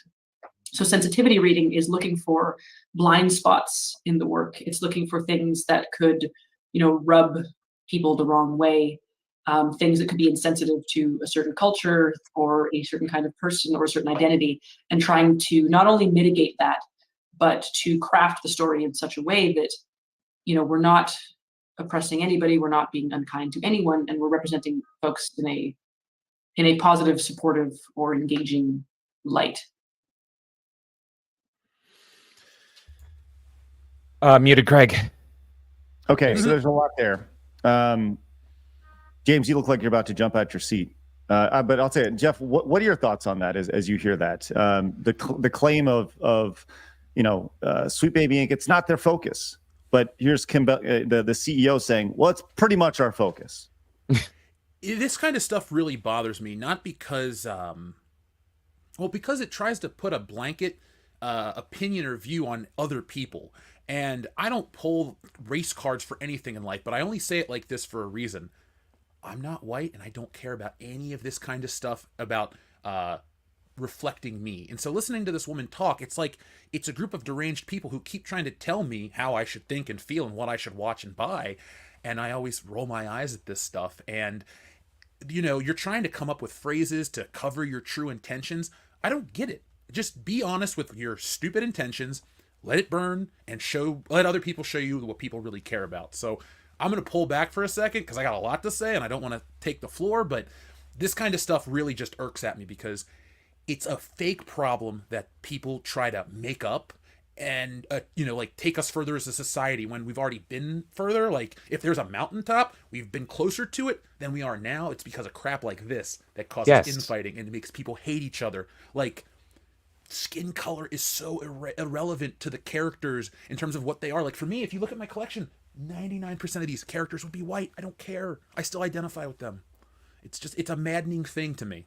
No, Jeff, you're 100% right. And this is what makes me so mad is you hit the nail on the head. We used to be closer to this. These people are regressing us. They're pushing us back.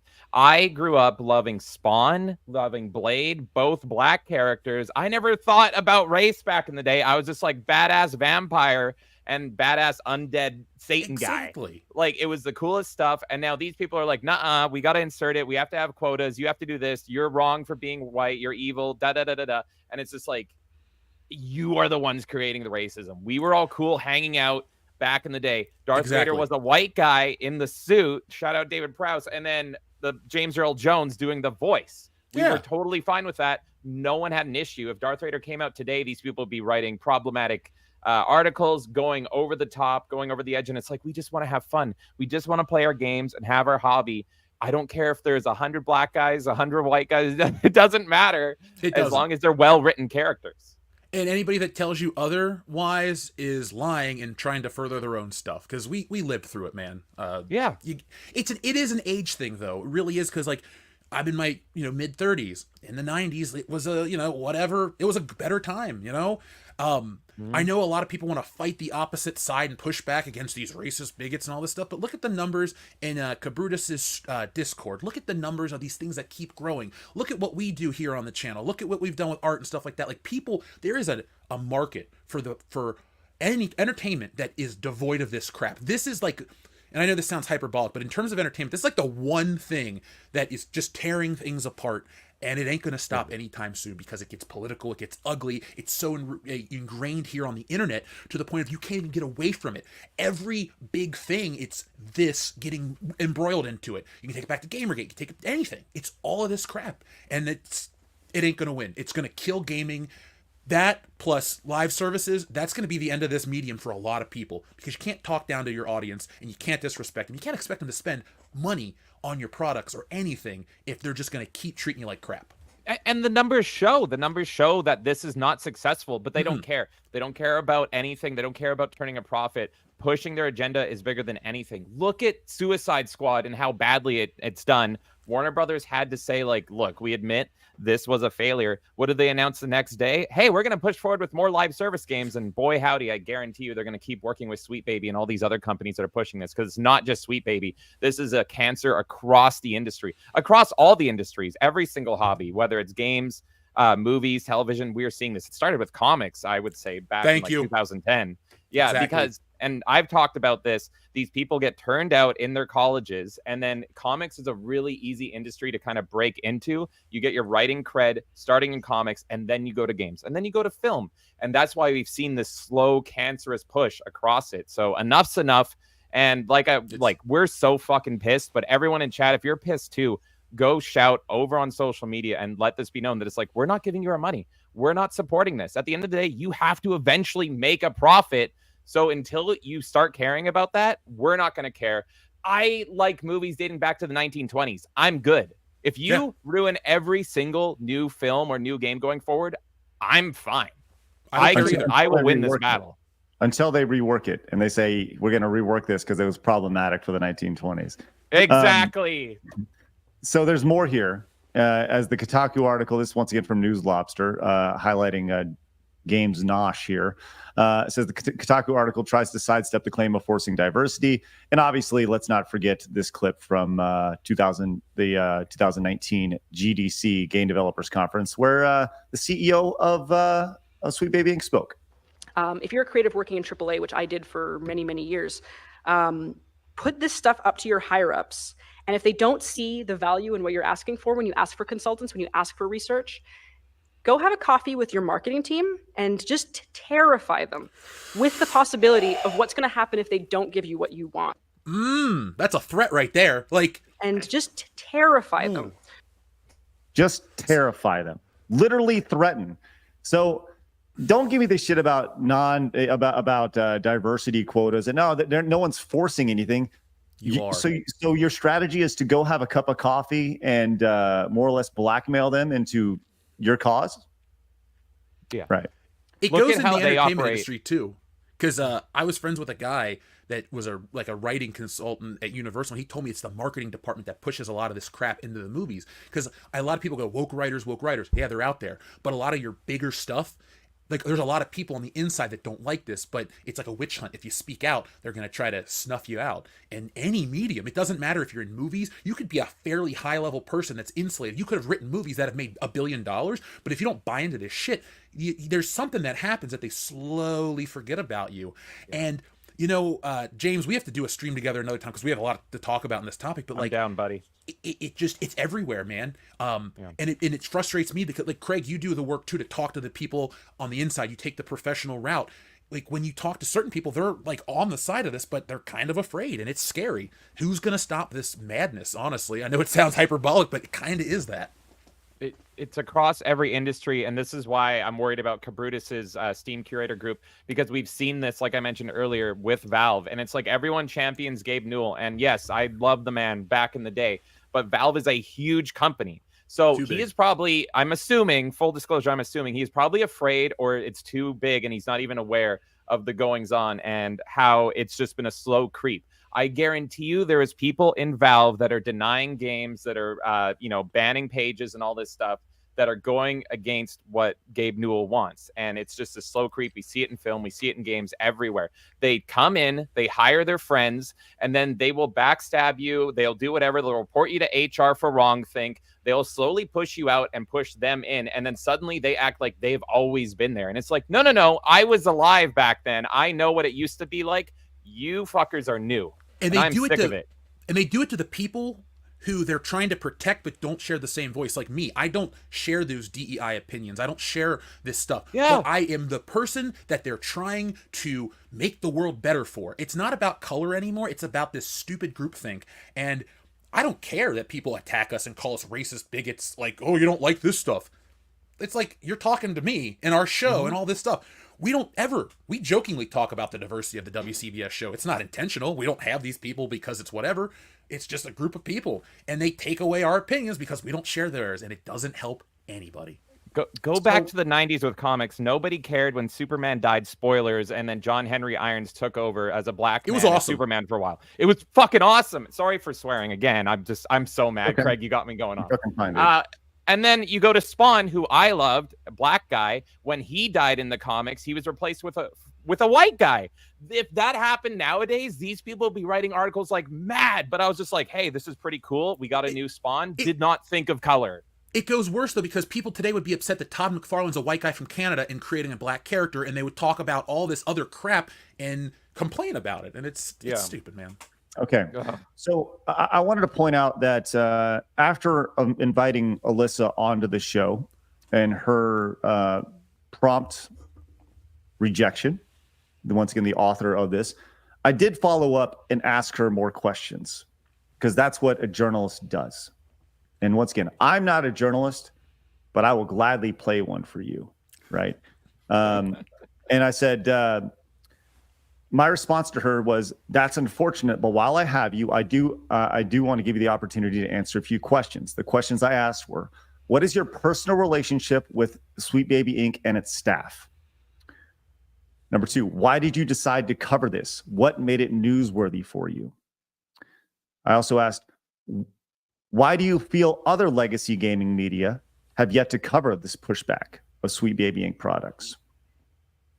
I also asked, do you personally believe those who would like to avoid Sweet Baby Inc. related products are racist, homophobic, and or transphobic? Do you feel the same about the members of the Steam community you wrote about? And then I followed up with, what are your thoughts on this X user's fact checks about your article? Are they accurate? If so, will you update your article to reflect this? And those are the two that I just showed a second ago, which was we just showed off with the ones from News Lobster over there. These two, I linked to those. I'm not expecting a response at all, but why would they respond? Why would that person respond? Because they've already done their job. They put out their piece. Now, apparently, you guys said there's another in the private chat. There's PC Gamer has put out a piece as well. There's a PC Gamer article, and it's not very nice at all.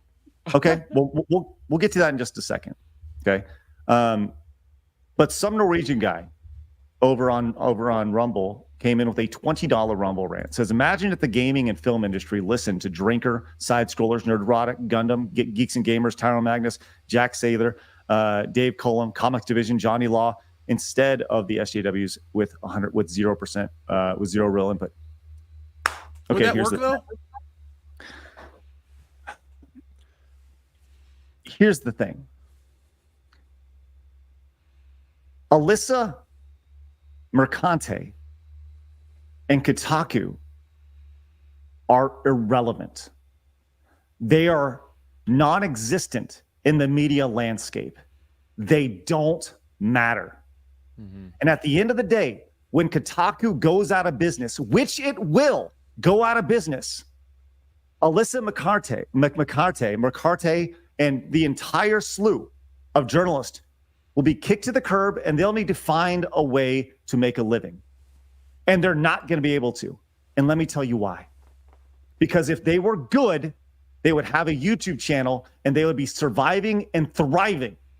But the reality is that they have to work for legacy media and hide under that umbrella and hide under HR rules and hide under the groupthink that is associated with this, hide in the bubbles that they live in to validate their thoughts, get other people to retweet them, to say, yes, queen, yes, you're right. These are bigots. These are bullies. No, we're winning. You're irrelevant. You don't matter. And somebody needs to tell you that. Because at the end of the day, the people who are winning are the people on X, the people on YouTube, that some Norwegian guy just mentioned.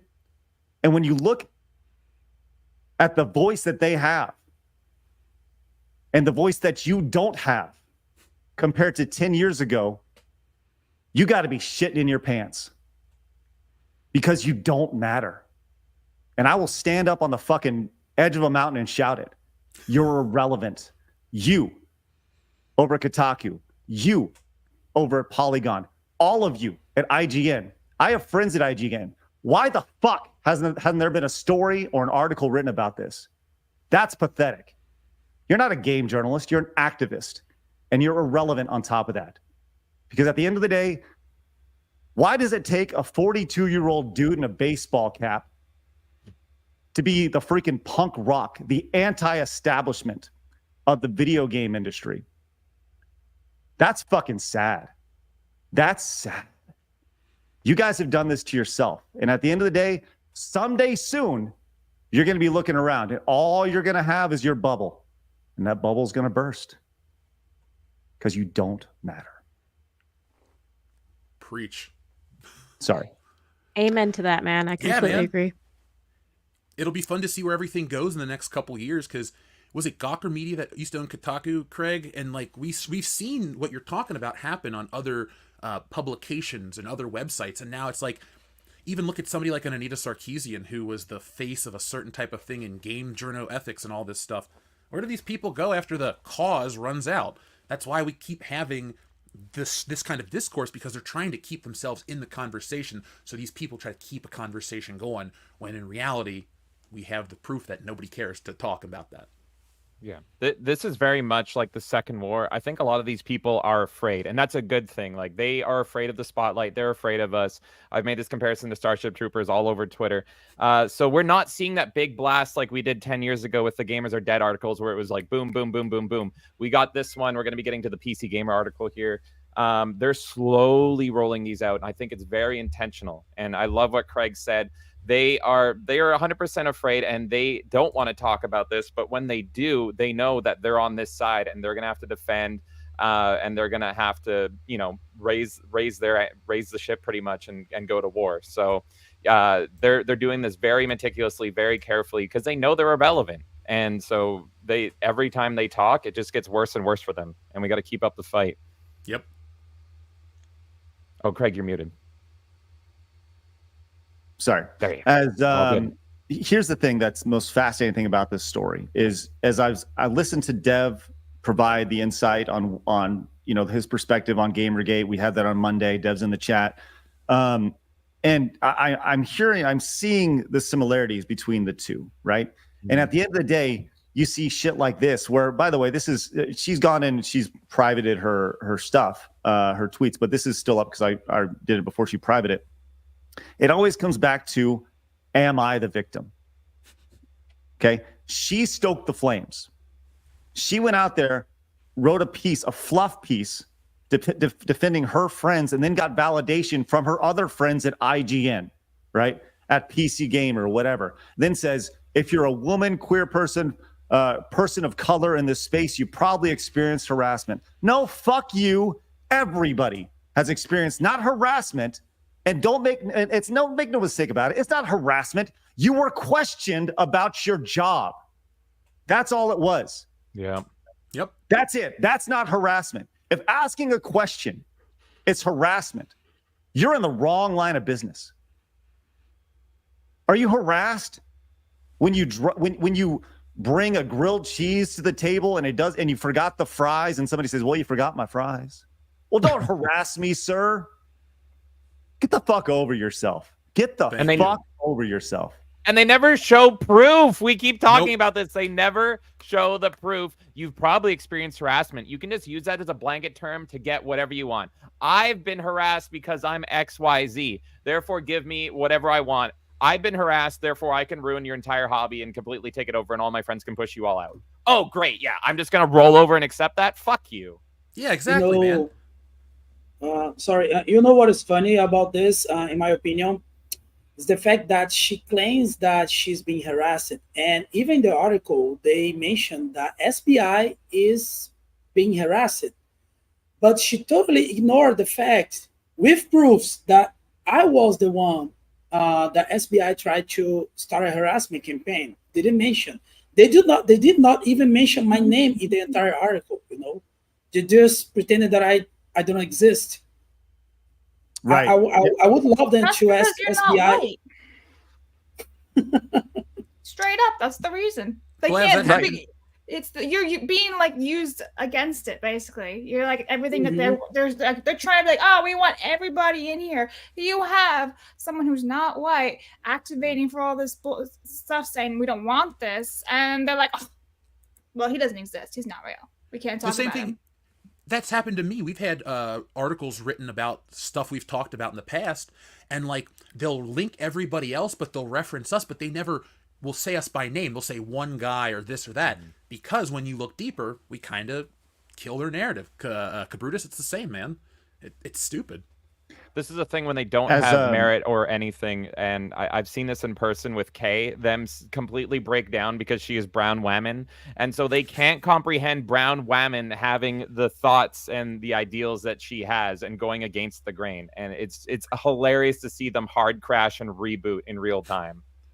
Well, this is from Kyle, obviously. This is the thing that really sent her over the edge, was somebody was like, somebody mentioned how the whole thing, the Sweet Baby, is extremely racist, and she responded with, "Hi, you can't be racist against white people. Thanks for tuning in. Destroyed by community notes. Congratulations. I'm sorry, you idiot." Which is just amazing. Just so the absolute tone deaf nature of these people, once again, who are living in their bubble. They can't look outside of it, and they don't see it. This was also interesting from Delta over on X as well, which we're going to get to the PC Gamer article in a second. I know we're going a little long, but it says, no wonder IGN hasn't said anything about Sweet Baby Inc., right? Rebecca Valentine from IGN says, thank you for writing this. No, the people yelling about Sweet Baby Inc. have largely closed their ears to the truth of it. But I think it matters to acknowledge the hate on record like this, right? And she works for IGN. Once again, why is there no IGN article? There you go. IGN's a commercial. That's what it is. It's a good way to put them. Honestly, I don't talk about a lot of gaming on the channel because our audience doesn't seem to like listen to it, but I follow all this stuff in my personal life. I remember years ago when all the Gamergate stuff went down. If I can find the email, I'll send you a screenshot. I wrote an email to Colin Moriarty and Greg Miller, because they were the IGN PlayStation guys. And the reason I shot them an email is because they had been doing content that was a little different than usual IGN commercial. They went to like some listener's house. They were like doing expanding stuff, and I thought, well, let's see what they have to say about it. And it was just silence, and then we get this stupid like where IGN stands with that. I just don't trust any of these game websites anymore. It's beyond it's commercial. It's an ideological, I don't know, sinkhole. What good comes from any of these gaming sites? We can talk about gaming better than anybody out there. I'm not a journalist, but I know how this stuff works. People don't care about the diversity of the team. Sadly, they care about frame rate, or they care about other things like ray tracing. Nobody cares that it's a diverse group of people that wrote Suicide Squad or created it. Let's actually pay attention to our audience. It's like if Food Network starts broadcasting the Super Bowl, who's going to watch it? Nobody. You're there for a specific reason. You're not there for that. And that's what it is with gaming. We're here for gaming. Gaming brings us together. Entertainment brings us together. The 5 or 10 people that have this control, this stranglehold over this garbage, makes us fight. That is not the point. That is not the case. We need to be together and unified on stuff, just as people. All right. I want to. I've talked about this, I think, privately to Blaz. I feel like, but I feel like I should say this publicly. When I looked at the gaming industry, I was like, "Holy shit, this place is fucked up," and I got to come back to this space, and that's why I feel so strongly about this story, because I look at this shit and I say, like, this is a big part of it, right? Injecting all this bullshit into these games that people just want to play, right? Like, we just want to play games. I just want to play games. I don't care about their sexual orientation or if they suck a dick. I don't care. Just let me shoot the bugs. That's it. But let's get into this PC Gamer article that just dropped. Blabs, have you read through this article? I'm not. You muted? I read through a bit of it, and I will say it's incorrect, and it's kind of a hit piece. We're gonna yell more, aren't we? Yes. Okay, I'm ready. Do I bring it up, Craig? I'm so ready to yell. Let's do it. I'll get it. It says, by the way, here it is. A company called Sweet Baby Inc. has been the target of anti-woke gamers because it offers consultancy work, an industry standard service that has been normal for years. All right. Well, we have the guy who started the Steam group. Let's see what they say about the Steam group. And Kabrutus, before we get into this, did you receive an email or a DM from Harvey Randall at all about this article from PC Gamer? No, I don't. Okay, I don't even know the guy. So you have not. Well, I just like to let you know that Harvey Randall over on X has already locked their accounts, by the way. And he learned from Kotaku. There you go. First. He, him. A staff writer, a PC Gamer, passed words in Escapist, The Gamer, and a couple others that don't really matter. It says pronouns in bio: he, him. Bipansexual. There we are. And ADHD, opinions my own, straight out of the UK. Obviously, run and hide, kid. Run and hide. That's the MO.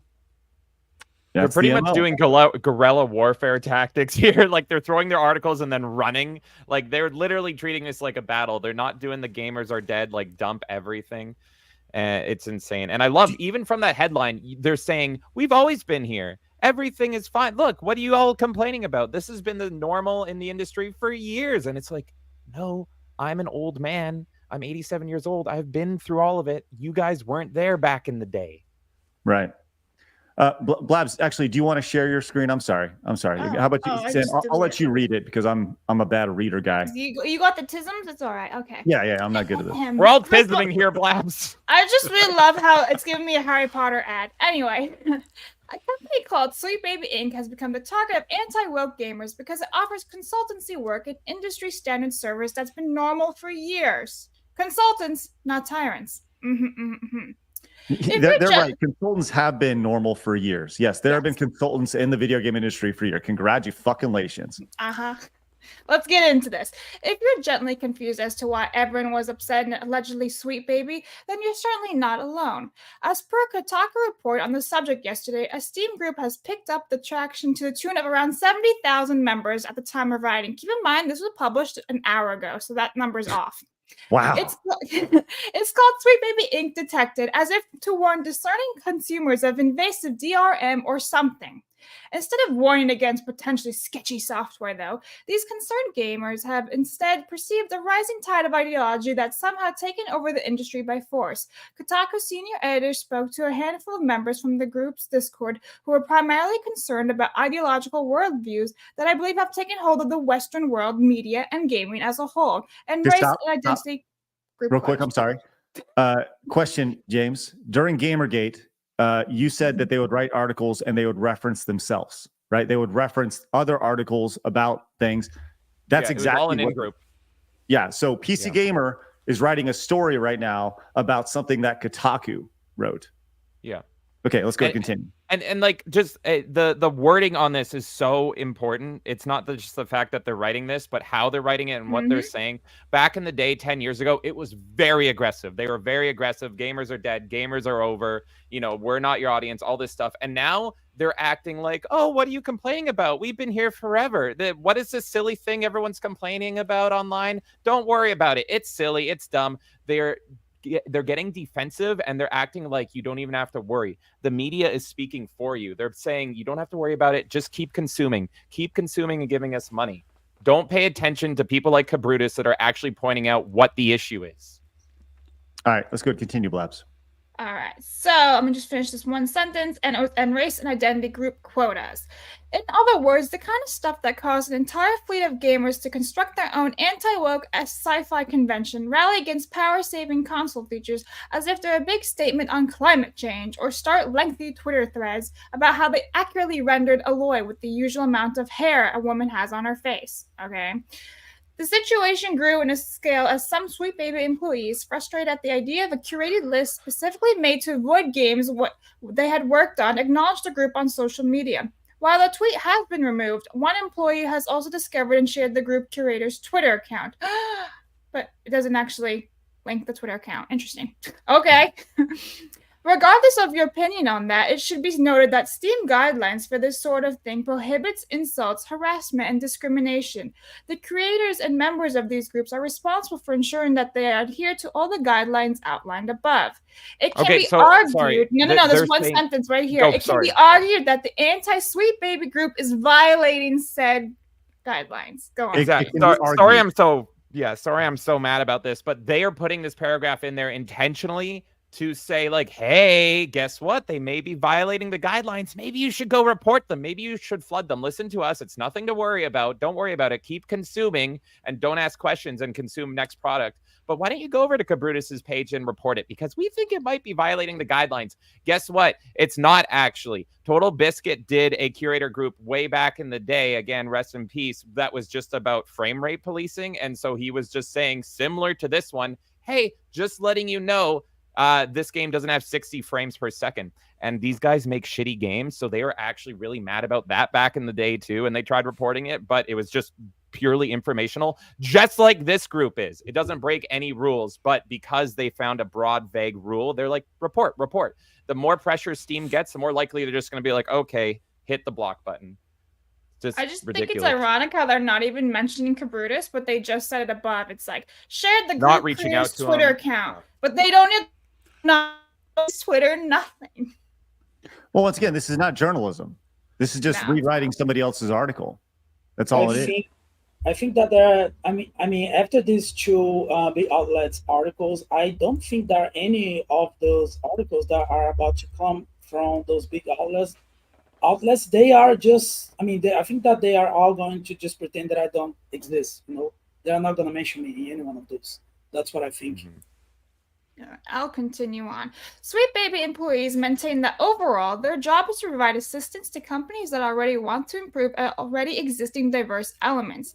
As per the company's CEO, Kim Belair, but the perspective is never that we're coming in and injecting diversity. For the most part, it's the reverse. It's that a company has created a character and they want to make that character more representative and more interesting. So they took that right from the Kotaku article. Hold on. Wait, what is more interesting about wanting to suck someone's dick? Like, why does that, like, really? Like, yeah, it goes back to what Az says. If that's what makes you interesting, you're fucking boring. I've been saying that for years. I don't care if your sexual identity is your whole identity. Whoop-de-doo. Have fun, but then what else? Like, that doesn't translate to anything interesting. Plus, it's very unique to that one person. There's no universal theme. It's, all right, I represent this. Cool. What else? So I think you notice they're trying to soften the blow as well by saying already existing diversity, meaning that it's like, oh, they're just coming in, they're just helping a little bit, but this already all exists. And it's like, no, you're also talking about go talk to your marketing teams and let them know what happens if they don't do this. You're the one driving this. This didn't all exist. Yeah. All right, I'll continue on. Let's see. To the uninitiated observer who gets riled up over Starfield, daring to let you they them. Oh my God! Without linking it as, I wonder. Sweet Baby may very well represent anything terrible about video games in the modern era. But in case you aren't like that, I feel obligated to lay out an explanation. Consultation work is a complete non-event. Sweet Baby is a narrative development company, according to its CEO, Kim Belair, and described as a consultation studio on its website. Here's a great breakdown of what exactly that entails from a narrative designer that's actually worked with Sweet Baby before and is currently working on Insomniac's Wolverine. So it'll be cool. Okay, once again, the one question that has not been asked in any of these articles, not once, is why? Why are people critical of this? Why was the Steam group made? Why are people tired of Sweet Baby Inc. and companies like that? Why? Hasn't been asked once. Yeah. Why were they targeted with harassment? Well, what was the origin of it? Has yet to be included in either of these articles. And it never will be, because it's all about framing the narrative from their point of view and burning everything else. Exactly. It's just a narrative piece. This isn't actual journalism. They're just running defense for their friends. Because I'm just assuming here, but I have better journalistic ethics than these guys. I'm assuming all these people are friends. So now they have to release this article and be like, okay, look, these guys are just crazy. They're all mad over something online. It's nothing to worry about, but let's just talk about it in case these silly guys get to you. Let's say why there's nothing to care about here. And it's like, no, thousands upon thousands of people are pissed. There is a fucking reason. Why aren't you talking about it? You know, can we take a step back really quick? In that article, they reference the link of what it's actually like to go in, and they reference the person who's working on the Wolverine game, right? So I actually have that thread pulled up, and I think it's important for us to go through that thread as we go. And we also need to learn more about the person who wrote that thread, right? So here's the thread. Mary Kinney, okay? We have flags and all sorts of stuff in there. Okay, so here we are. Some of you don't understand how narrative consulting in games work, but don't worry, I do. Yes, this is about Sweet Baby because I worked with that team, and they're one of the finest in the biz. If you'd rather listen than read, this vid is a perfect example. Blah, blah, blah, blah. It starts with dev team has an idea. Maybe they've already have an outline of their story and core gameplay loop. Maybe they've got a whole script and a playable build. Either way, something is missing. Could be any number of things. A character feels underbaked. Maybe a whole faction. The backstory of a map has weak sauce world building, and no one on the team has time to do the research and brainstorming to make it cool. Okay, so if a character feels underbaked or a faction feels underbaked, what's the phrase from South Park? Put a chick in it and make it gay. Yeah. All right. Maybe the dev team has gotten a ton of notes from publishers and executives on things that aren't working in the game. Maybe the notes are all internal. The team knows something is wrong, but not how to identify or fix it. Wherever you are in development and wherever the notes are coming from, the problem is the same. Something is wrong and the team can't figure out how to fix it. That's when you call Sweet Baby. The next part is how much they pay for that ad. Jesus. The next part is key because some of you seem really confused. Narrative consultants do not get final say. They don't override the core dev team and the leads. It doesn't get in the game if it's not approved. I think that's all like really awesome in theory, like spectacular in theory, until exactly. Terrify them. When you ask for consultants, when you ask for research, go have a coffee with your marketing team and just terrify them with the possibility of what's going to happen if they don't give you what you want. Okay, so what's that again? I'm sorry about this and the things that they do and they don't. And every time we talk about this, just go back to that. You terrify them. You threaten them, right? It's continue. totally optional, Craig. It's totally optional, except we're going to backstab you. We're going to get you fired from your job. We're going to dox you. We're going to ruin your life if you don't take our suggestions, but they're totally optional. Don't even worry about it. It doesn't get in the game if we don't approve it. Yeah, but if it doesn't get in the game, think about how terrible it would be for you if it doesn't get in the game, guys. Right? They consult, they do research, pitch ideas, give feedback, and even write scripts. But none of that gets in the game unless the core dev team agrees with it. I'm going to keep saying that because that's the key. You know what? I'm also going to keep saying this. Go have a coffee with your marketing team and just terrify them. There we go. Let's continue with this thread here. Sweet Baby is not, nor is any consulting group coming to wreck the games. They're helping smooth out plots and deepen characters. They ease the burden on the core narrative team.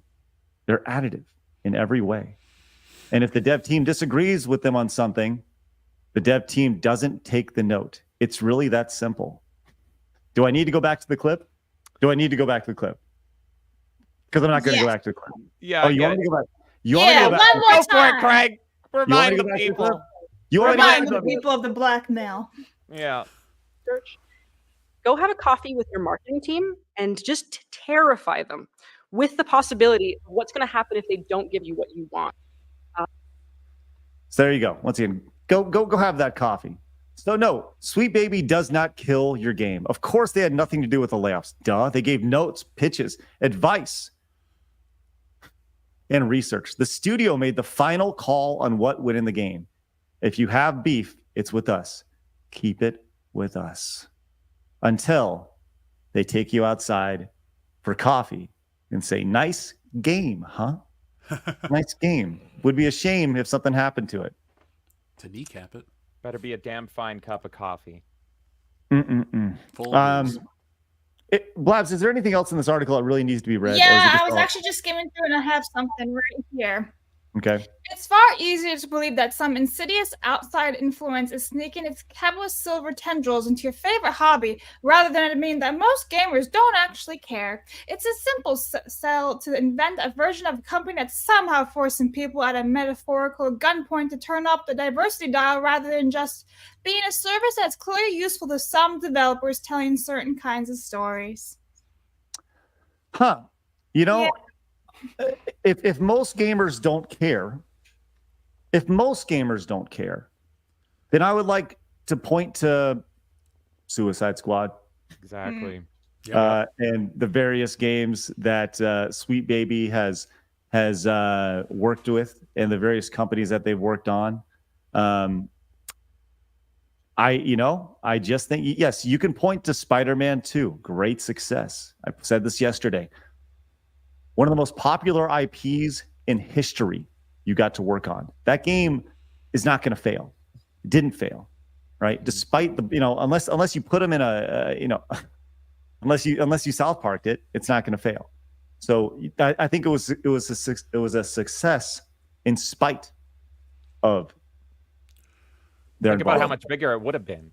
Well, Craig, if I may say real quick, since you brought up the Spider-Man comparison about a pre-existing brand that's going to be a hit no matter what, I wanted to ask you guys what you think about GTA 6. Do you think GTA 6 is going to be the next big... Because here's the thing, Grand Theft Auto is one of the biggest brands ever. Do you think that's going to be something that takes this fight or this conversation even more mainstream? And do you think it's going to create a situation where people like Sweet Baby, the ones that are trying to back out of the narrative, it's like there are certain things you can't cross, and once you cross like a GTA, people have issues with COD, but once you get to one of these like big franchises, I think this is going to, I guess, collapse in on itself, and I'm dying to hear how they excuse it. What do you guys think about the GTA? I guess next year, do you think GTA is going to be the poster child for this in gaming?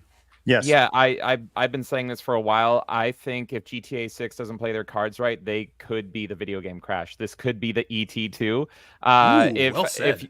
If you guys have been playing Rockstar games, I used to love Rockstar games, but if you pay really close attention and you get 200 hours in Red Dead 2 like I did, you'll notice that the signs are already there. Overall, Red Dead 2 was a masterpiece, but if you played every single side mission, there is story and dialogue and decisions in that game where it's like, this doesn't feel right. For example, it's an open world sandbox cowboy game, except you can't hit any women and you can't hit any natives in the native camp. And then there was missions, there was missions about women's rights and women's voting that felt absolutely out of place with the overarching story. And so it felt like the slow creep. So I absolutely think that GTA 6 could be the straw that broke the camel's back. This could be the ET2. This is going to be the game crash. Is it going to be a success? It's GTA. It's going to make $1 billion in a day. Yeah. But what about its DLC? What about its always online element, which it has to have, and the amount of investment? It has to make $1 billion, but just to make it alone is going to be $1 billion. So I'm going to be watching it super closely. I hope they lampoon it. I hope GTA Rockstar is like aware of the culture that we live in. And if GTA 6 can be the thing that lampoons this like I'm doing with my own work and stuff, then that's going to get us in a step in the right direction. People will kind of shake off the black sleep of Kali and realize where we are. So there's a lot of people from Rockstar that have come and gone. I believe, I can't remember exactly, but I believe one of the heads of Rockstar Isn't it has one of quit. the Hauser brothers? Like one of the founding members? Yeah, and so I've been saying this for a while. Your game logos don't have absolute faith in them. As they're developing these games, people come and go. And you see the people that are coming into these companies and the people that they are pushing out. So definitely watch the footage of GTA 6 closely. I have a bad feeling about this.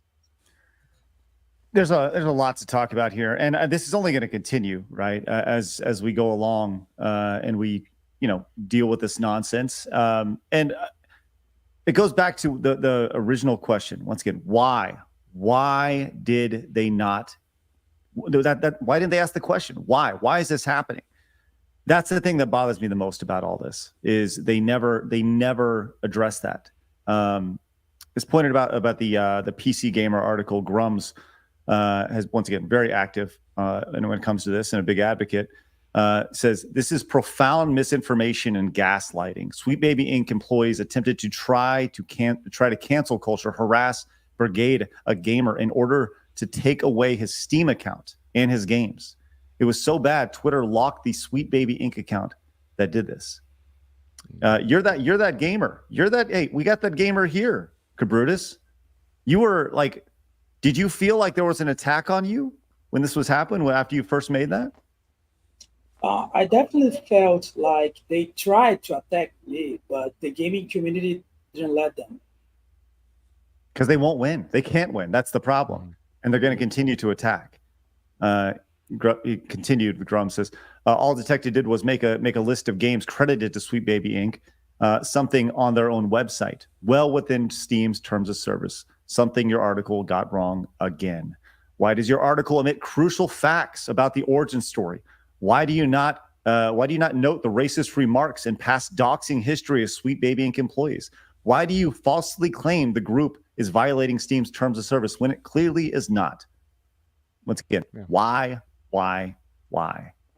It's amazing how Grummz is like, he's a better journalist than these folks. Mark Kern's been killing it ever since Gamergate, man. He's one of the best. He was around. And he was being victimized by this stuff too all the time. They were going after him. So he knows exactly what the playbook is. Yeah. I think, once again, that's the most fascinating thing about this whole thing is that it's shocking that it's almost like the exact same playbook. And, we're in the middle of it again, which, for me, the first time. We got a party, Craig. Welcome to the party, pal. We got a lot of support today. Appreciate everybody's support. If you guys are new, make sure you guys hit the subscribe button, hit the follow button. We're live Monday through Friday, 11 a.m. Central Time. Love for you guys to pop in. We usually go for about 90 minutes. This week has been a little different. There's always been a lot to talk about. So we appreciate you guys hanging and being a part of our day. Let me read some of these off real quick. The Worthy One says, Jeff and James, your wrestling Mount Rushmore, go. You got 5 seconds. Go. Rock, Stone Cold, Hulk Hogan, Macho Man Randy Savage. Stone Cold, Hulk Hogan, Ric Flair. Oh my God, who's my fourth? Who's my fourth? Kay, help me out here. I always have a fourth here. Mine is Vince. So Vincent Kennedy McMahon. Yeah.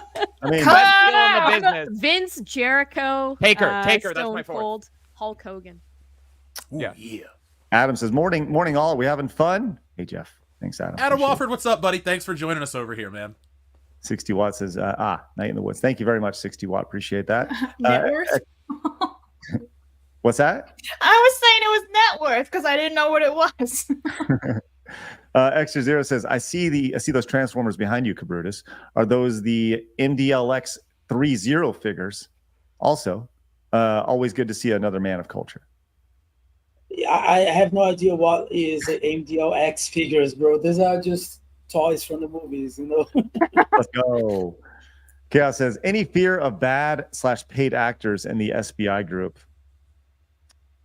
I guess, yeah. I mean, there's got to, I was thinking about this last night. There has to be a watchdog journalist group in the gaming space that can infiltrate this group, that infiltrates and sees the narrative that they're pushing, the stories that they want to tell, and it ultimately exposes them, brings it down. That'd be interesting. Xylox Doppelganger says, deaf to Sweet Baby. They're deaf now. Andy says, did SBI CEO get pumped and dumped by a white guy who chose video games over toxic feminists? He then channeled her rage into destroying video gaming. They always have the white boyfriends, folks. You've noticed it too. All the women that are crying about, white guys online, they end up dating the white guys. Really makes you think. Flickerbox says, for all the old GGers out there, hashtag not your shield. And for the new ones, hashtag Gamergate was right. Thanks, Flickerbox. 60 Watts says, hashtag GG2s, sweet baby boogaloo. There you go. Thanks, 60 Watt. Iris came in, says, hashtag not your shield since 2014. Female, lesbian, and pro, hashtag Gamergate. Iris, I don't care who you love. Good for you. I just don't want to hear about it. And Greg has to stop me all the time from confessing my love to him. It's rough, folks. He doesn't want to hear it. It's crazy. James is like, hey, did you hear about this? And it's like, shut the fuck up. Greg, I love you. Valentine's Day was wild for us. Let's just What are you gay? Israel came in and says, narrative focused. How about letting the game creators tell the story they want to for the sake of the game? SBI is just wanting to inject their woke ideological propaganda with scare tactics in games. Thanks, Israel. Appreciate that. Siver came back, says, leftist want their slaves back. Flickerbox says, hashtag Gamergate, hashtag not your shield. You cannot kill what is already dead. What is dead may never die. Retromeister says, we're dealing with posers and abuser in culture.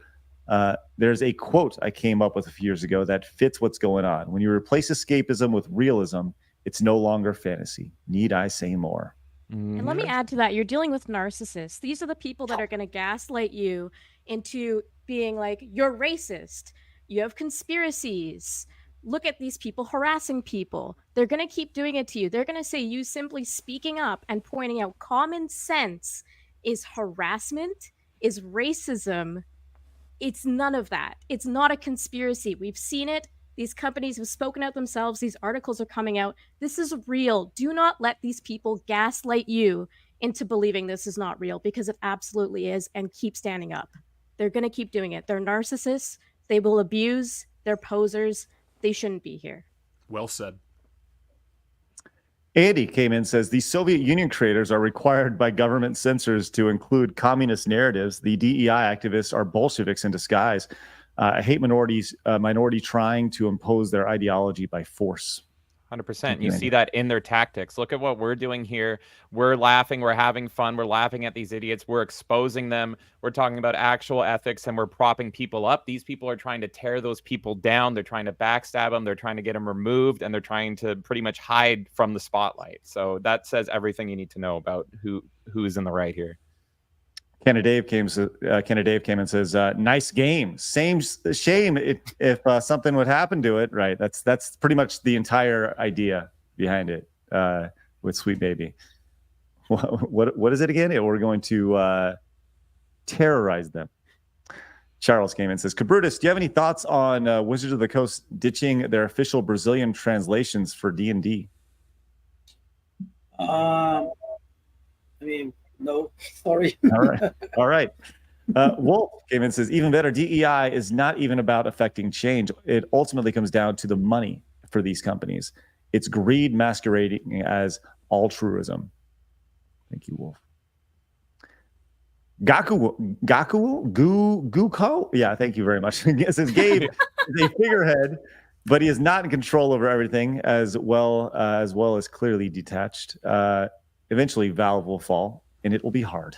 Yeah, 100%. And like I've been saying, they've been censoring games. They have been ruining devs' lives just by saying, hey, is our game cool? Can we go on Steam? Absolutely. They go ahead with development, and then just a few days before they're allowed to be put up, the people that are behind the scenes go, no, we're not going to allow you. It happened to Richard LaRuna with Super Seducer 3, and it happened to a game called Order Us. There's no reason these games should be banned, but you know what? There's activists working at Valve, and they're going to be the death of Steam. So...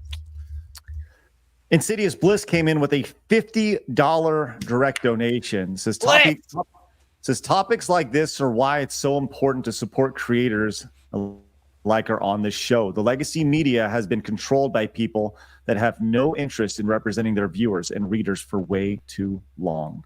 100%. 1,000%. I'll applaud to that one too.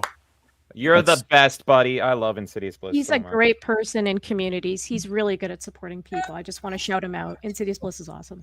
Sorry, I went over you right there. Apologies. Look at that, Insidious Bliss. Back on the wall, my man. I'm going to get you in just a minute. Yeah. Thank you very much for that. The long man says SBI Detected is fighting the fight that needed to be fought and has my full support. Western devs should take note of this backlash to SBI. Right. And they're going to try to weather this storm. But the most important thing is that you can't let up the fight. You got to be ruthless. That's the reality of it. If you want change, you have to be ruthless. They'll be ruthless back. They will gaslight you back. Don't let them. So, I mean, you got to tell them to their face. They don't matter. Straight nose to nose. You don't matter. Edgewood came in and says, I had commented on a YouTube video by Manga Common about about SBI, going into details about DEI and ESG numbers in YouTube, if it was a bot or not. Had hid my comment so no one other than the creator can see it. Don't stay silent. Thanks, Edgewood. Appreciate that. Correct. Robin Will says, tell him, Craig. Thanks, Rob. Appreciate that. The Long Man says, traditional gaming media is dying because the people writing there aren't gamers anymore. That's why YouTube is growing for most gaming news. Yeah. You see it in the games that they prop up as well. They're like non-games. They're always walking simulators. The games play themselves, and they're absolute fucking trash. These people can't play real video games at all. Remember the Cuphead tutorial moment when they couldn't even get through the tutorial? Well, the whole get good movement, I don't disagree with that, man. Gaming is it's a challenge. That's why there's difficulty levels. Yeah. If I want my We're handheld, I'll gamers. just watch a walkthrough. And this is all this is. This is a challenge. This is why gamers are so good at taking the fight to them. This is effectively a video game. We're all masochists here. We love to suffer. And now this is the new big boss that we have to overcome. Is it overwhelming? Yes. But we know that we've got this. We can do it. Do you guys remember a journalist asking for a skip button on Elden Ring? Say it again? Skip boss button for Elden Ring. Do you guys remember this? Yes, I do the Elden Ring stuff. Mm-hmm. That was that. I'm surprised that no one's talked about the Harry Potter game, because last year these type of people that were pro whatever, they were like very anti that, and it goes to show you like where the audience really is. Yeah, they all boycotted that game, and then it ended up being the biggest selling game of the year. Suicide Squad, we're Squad, winning. Yeah, Suicide Squad didn't do anything. It's from the same company, Warner Brothers, man. Like, yeah, you can just follow the numbers. That's where society truly lies. They boycotted one of them, best-selling game of the year. We boycotted the other. Warner Brothers had to admit it was a failure. We're winning. We have the majority. Just keep it up, fellas. Oh my god. Hey, it's kind of interesting. Chris Gore just DM'd me, from Film Threat, stud, by the way. He says, just covered this on my channel. This is the Sweet Baby for Movies, AI software that analyzes scripts for bias. Watch the video on the site. So I have this pulled up. You want to check this out real quick, just to not to dig into another rabbit hole, but I think this may be worth talking about another time. Let's go check this out. I have not watched this yet. So let's see. Hold on, where are we at? Here we go. Let's check this out.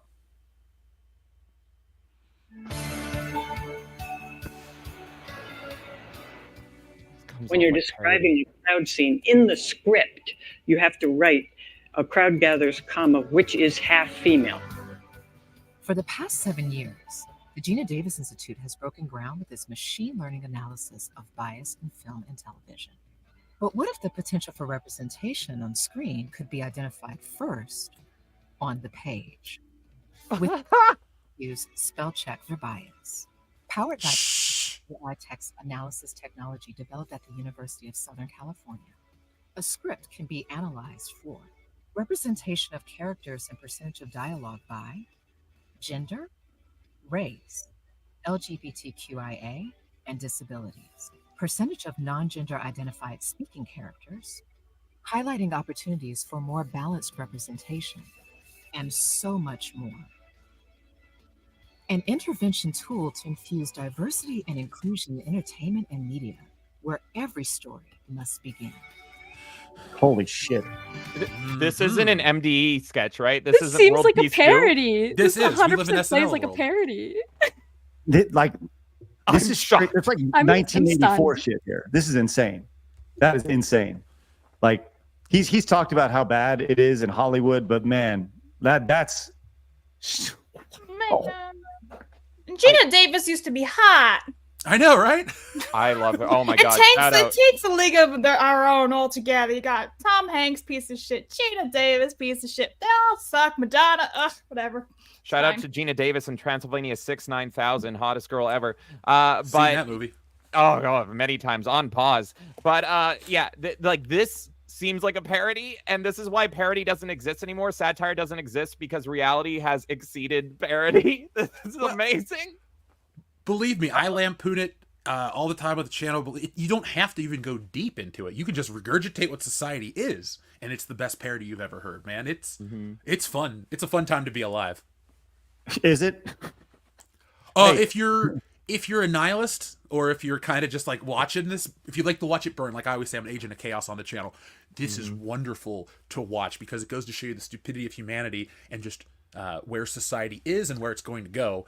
And I'm laughing my ass off all the way, to the end of it. So, well, let me say this: in the interest of making myself available for any and all video games and movies moving forward, I would just like to identify myself as a non-binary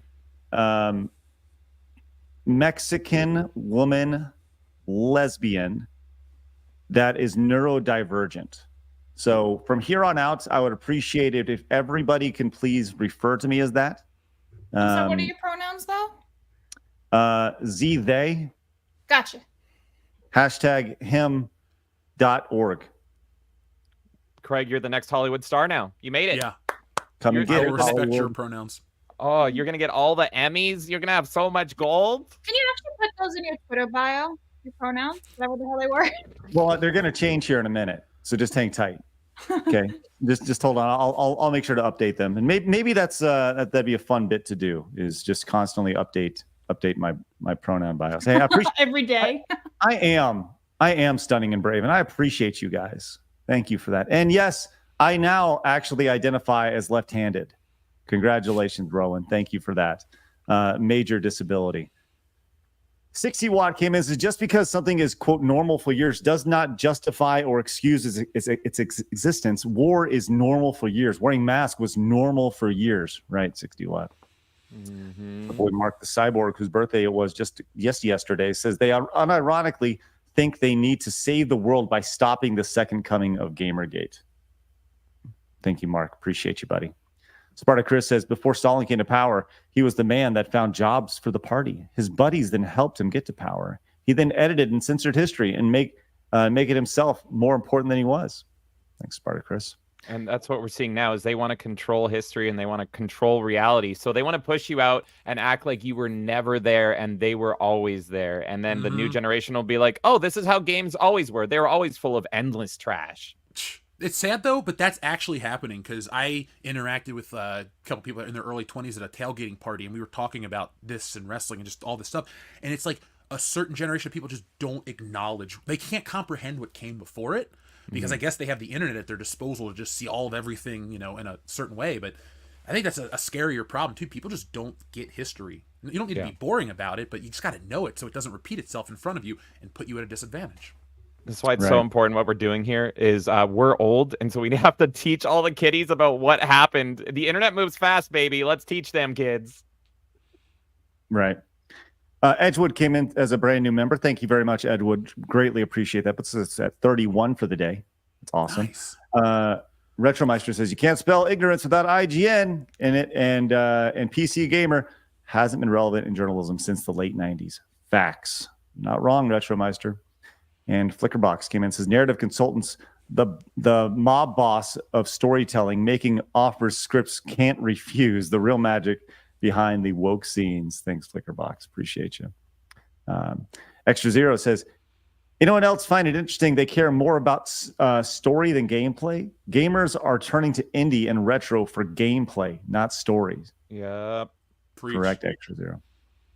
I drink, therefore I am. Says sweet baby is the most prevalent symptom of the disease. Hey Jeff, can I get a Jamaram? Okay, so I don't have access to my buttons here on the Stride Scroller, but because I drink, therefore I am, is a big fan of the channel, and he's showing his love over here, we'll do it this way. Jamaram! There you go. Love there it. should be an explosion behind me. Boom! Torgo says colonizers in the sheets, radical in the streets. Every single time, brother. Every single time. The dude says Dan Houser was the main writer and owner of Rockstar Games, and all the original writers are gone. Not only that nobody knows why Dan Houser left. Mm-hmm. Thank you. Is Sam still Games Nosh, who we were talking about in the we used their tweets, says not journalists, they're activists, jacktivists. Thanks, Game Nosh. Appreciate that word. And great job over there on X. The Garth Knight Returns Uber B-Man says, I'm sure most of you have seen most developer team picks nowadays. They're the same ilk as SBI. Right? Mm-hmm. Big Earn Video says SBI learn to mine. Scoop says, how long before we start seeing people use GG to grift for rent, wheelchairs, and dental work this time around? Shout out Allison Prime Check. For those who know, they know the grifts are real and they happen. Point them out and laugh just as much. Spartacus says, funny thing, every time we have an AI that's not programmed with bias, do a study. It's never the way they wanted. They can't stand on the facts. Nope. R.I.P. Tay. Sever came back, says, all too frequently, the Babylon Bee stories are becoming not the Bee stories in 6 months or so. And Lance came in and says, maybe Craig can identify as someone who can read. Mm-mm. Not today. Not today, friend. Damn. We're blind with rage here. Insane Ack came in and says, I've noticed that the people that are the most disingenuous isolate themselves in their own echo chamber where truth cannot be found. Right? And they don't want to come on shows when they invite them on shows like this. That drives me crazy. Right? And she knows what she's doing. They know what they're doing, whatever their pronouns are. I don't know. He knows, whatever. They know what they're doing. Like, they can't stand behind their work. Cod says, Hans, gets the flame. Okay, thank you, Cod. Hans? Max came in with a $6.99, says, I have a coworker who put a week-long schedule of his pronouns in his email sig. The higher-ups were seething, but they couldn't do anything about the mockery. That's awesome. Kabrutus, what are your pronouns, buddy? It's like I mentioned on my Twitter. It's BR. What does that mean? It's a meme here in Brazil, like the way we log at the internet. BR means Brazilian, you know? Okay. The Worthy One came in and says, big up to Kabrutus, Melee and Jeff. It's so awesome seeing people of other races calling the shit out. You guys are inspiration. You are inspiring others to speak out. That includes Eric July and Kyle. Appreciate y'all. I'll just say, like, thank you. It's also funny to be in this position, and it's so stupid. And like, none of us should have to be like, I'm a woman of color, therefore this. Like, no matter what race, color, creed, whatever, I don't care. Your opinion is equally as valid. Like, it shouldn't be that you need us to stand up for it and validate any of that. So I do appreciate it, but I'm just saying, you can be a white male and call out racism too, because it's happening to you as well. I agree. Facts, right? Jeff, I didn't even. Are you not white? What are?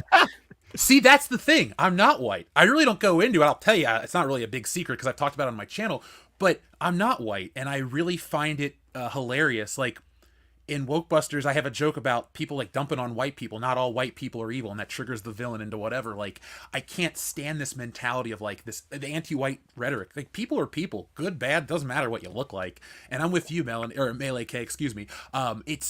I hate that you have to bring this up. I consider myself like a social or cultural chameleon. It doesn't really matter what my skin color looks like. I'm here for the ideas, the thought, the deeper meaning. So I can't stand that it's a thing. Jeff, I'm sorry. You can't be on the show anymore. I'm sorry. Well, folks, it's been a good run. I'd like to thank Stuttering Craig. I've been a fan for a long time. Blabs, you're just ridiculous. Mercenary says, Jeff, can you please get Doomcock to do an interview on Side Scrollers? It'll be a great. It will be great fun to see the chaos that would take place. That'd be fun. I will reach out. I haven't talked to Doomcock in years. I hope everything's cool at the center of the earth, but I'm a man of the people. Get you guys whatever you want. Horny Flanders came in with a 5. Says, "Oh well, no! Sir, if anyone is going to do a colorino for Melee Jim Jammaruni and Portugal the Ma'am, it's going to be me diddly horny and irate Flanders, lordy littly lord knows I know how to talk about Jim Jam taking a pee diddly pounding. All right, Horny Flanders. I'm sorry. True, it's his fault. It's this guy's Your fault. autism is showing, Craig, reading that. I'm trying to read Flanders talking. Hey, Lord J. Give it up for Lord J. Picking up the brand new High Life t-shirt. Let's go. Thank you so much, Lord J. Says for the Screw Attack fun. And Gibdar also picked up the brand new High Life t-shirt. Says the champagne of t-shirts. Let's go. And Christian Rocker came in with a brand new High Life t-shirt. Look at it go. Blink on the screen. That's great. Thank you so much, Christian Rocker. Greatly appreciate your support. Find the link down below.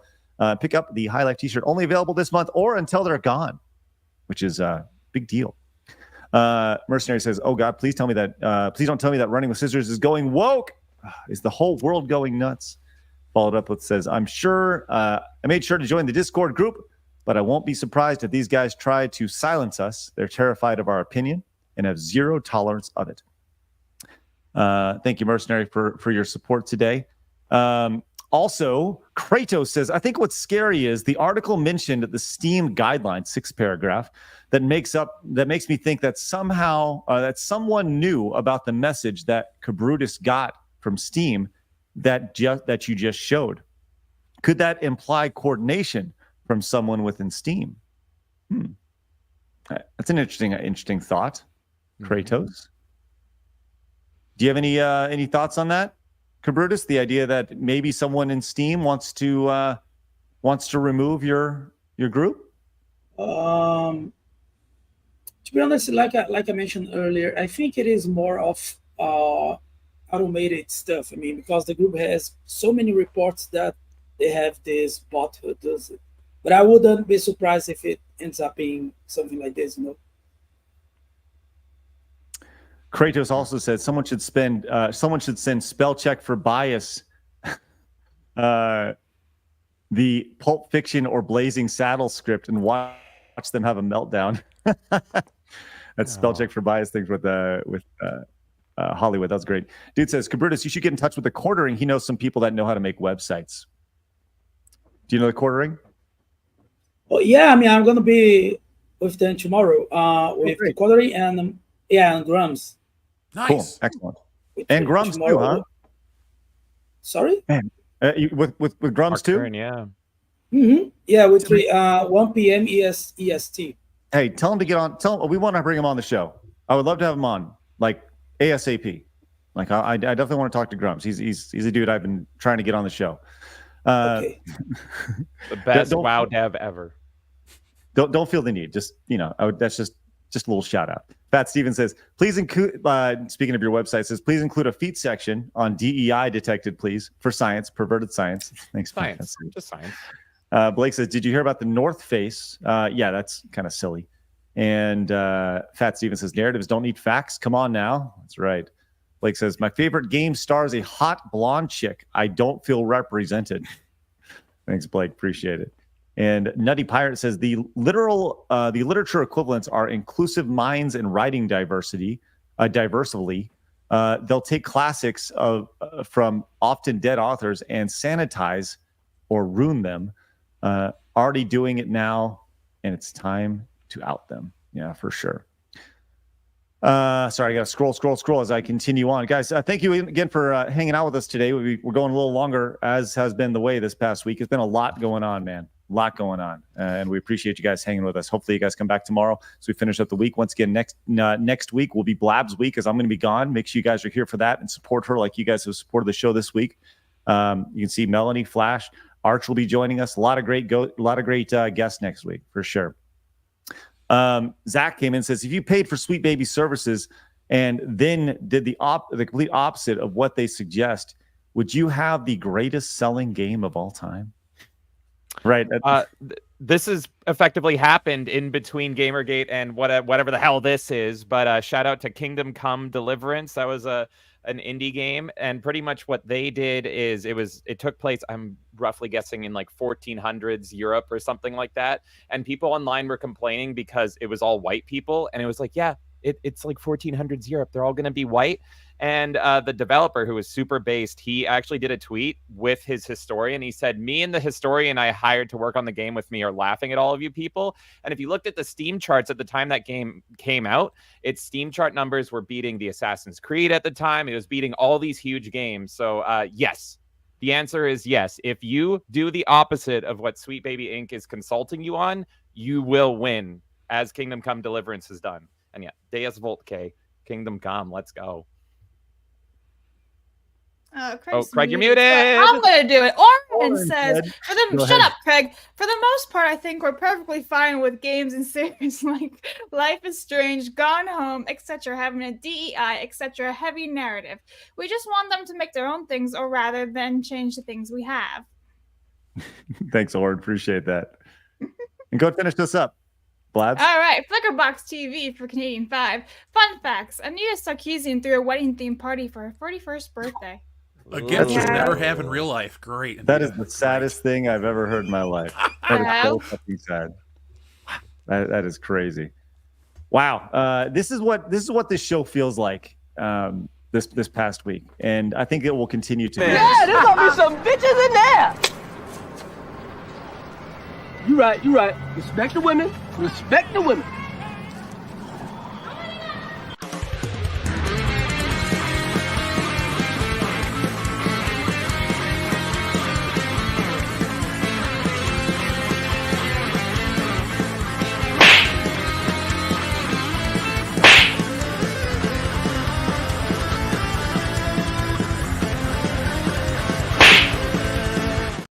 Anyway, you get the idea. You missed the very best part, the end with the crazy eyes. You're like, hey. I don't know, man. G4 getting slapped down was one of the most glorious things to watch in real time. Was it 2 years ago now or last year? Yeah, oh my 2 years God. I loved it so much. Brilliant stuff. Brilliant. Thanks for putting that together. Nathan came in with the $9.99, says, FYI, Jim Sterling did a video on Rocksteady's company culture and mentioned that the Me Too movement scared the crap out of the executives. So expect them to pander to GTA 6 to hide their sins. 100%. 100%. Another thing Rockstar did, apart from Red Dead 2, was they retroactively removed Confederate flags from GTA 5 via a patch. So even if GTA 6 seems fine on launch, we're in the always online update era, so they could sneakily remove shit later on. They will, you know it, man. They do it with movies too, and that's the worst one if you ask me. But yeah, I'll save that for another time. And Kratos El Kratos finishes off with the 10. Says you should read the 6th paragraph of the PC Gamer article again. It matches the message from Steam that he got. Was that message to him made public prior to the article being written? Okay, let's go down. Let's check it out really quick. And maybe, just maybe, let's see, 1, 2, 3, 4, 5. Maybe it is a generic statement that was made in the PC, like in the email or the message that Kabrutus got. But here is the what it said. It says, regardless of your opinion, it should be noted that the Steam guidelines for this sort of thing prohibit insults, harassment, and discrimination. Quote, the creator and members of these groups are responsible for ensuring that they adhere to all of the guidelines outlined above. Yeah, I think that's pretty generic speak. Yeah, I think it's just a coincidence, if anything. But maybe I'm just being too naive here. But thanks, Kratos. Greatly appreciate that. Mm-hmm. And to finish us off, good God, Florian has picked up the brand new High Life T-shirt. Let's go. We'll go pick it up right now. Link in the description. Only available this month or until they're gone. The High Life T-shirt available now. Thank you so much, Florian. Greatly appreciate your support. All right. Good God. No. We got memes. The very first one, the logical evolution of big head blabs. There we go. In full color, that'll be me next week, guys. Blab no Val. No, Blab. Oh, that hurts. This is Eric listening to today's episode on his Walkman, as Craig said before. Let's go, Eric. I love it. This is Sweet Baby crying with all this in the background. I'm judging you, baby. This is terrifying. I'm not gonna lie. So thanks for that. Stop it. Skip it. This is Craig reading, learning to read. That's right. There I am. There you go. And those are all the memes for today. All right. Boy. All right, I need everybody to go check out, obviously, Melee Games. They're great folks doing some great things. I need you guys to go check it out. Their link is down below. Obviously, you need to go check out Jeff over on World Class Bullshitters. Yep. Great channel. Thank you. Jeff's the head man. And by the way, not white, by the way. Just want to point Never that have out. Been. Who knew? I always would say on the show. Crazy. It's nuts. Mind-blowing statistic, and it's nuts. Kabrutus obviously has an incredible big task ahead of him. And if you go to deidetected.com, you'll be able to keep track of the website that will be built. And I'm excited for that. Kabrutus, you got anything else before we say au revoir to you, my friend? No, not actually. Just thank you for the invitation again. Let's keep it up. Let's keep the fight up. 210,000 strong, my man. 210, almost 211. Up 800 since I last refreshed it like 6 seconds ago. This is a thing, dude. Love it. All right. Well, you guys have a great day. Make sure you guys go follow Blabs over on YouTube as well as over on X and all the places where she looks at hot chicks in her spare time. It's really awkward and fun. With that said, appreciate everybody's support today. Thanks so much for getting to our goal of 25 memberships, hitting 31 today. Great stuff from all angles, and we appreciate you guys for what you guys do for us, allowing us to do this for you guys. With that said, keep up the good fight. And remember, people are going to try to keep you down. Don't let them. You guys got a goal. Go get it. Have a great day, guys. Bye-bye. Fatality.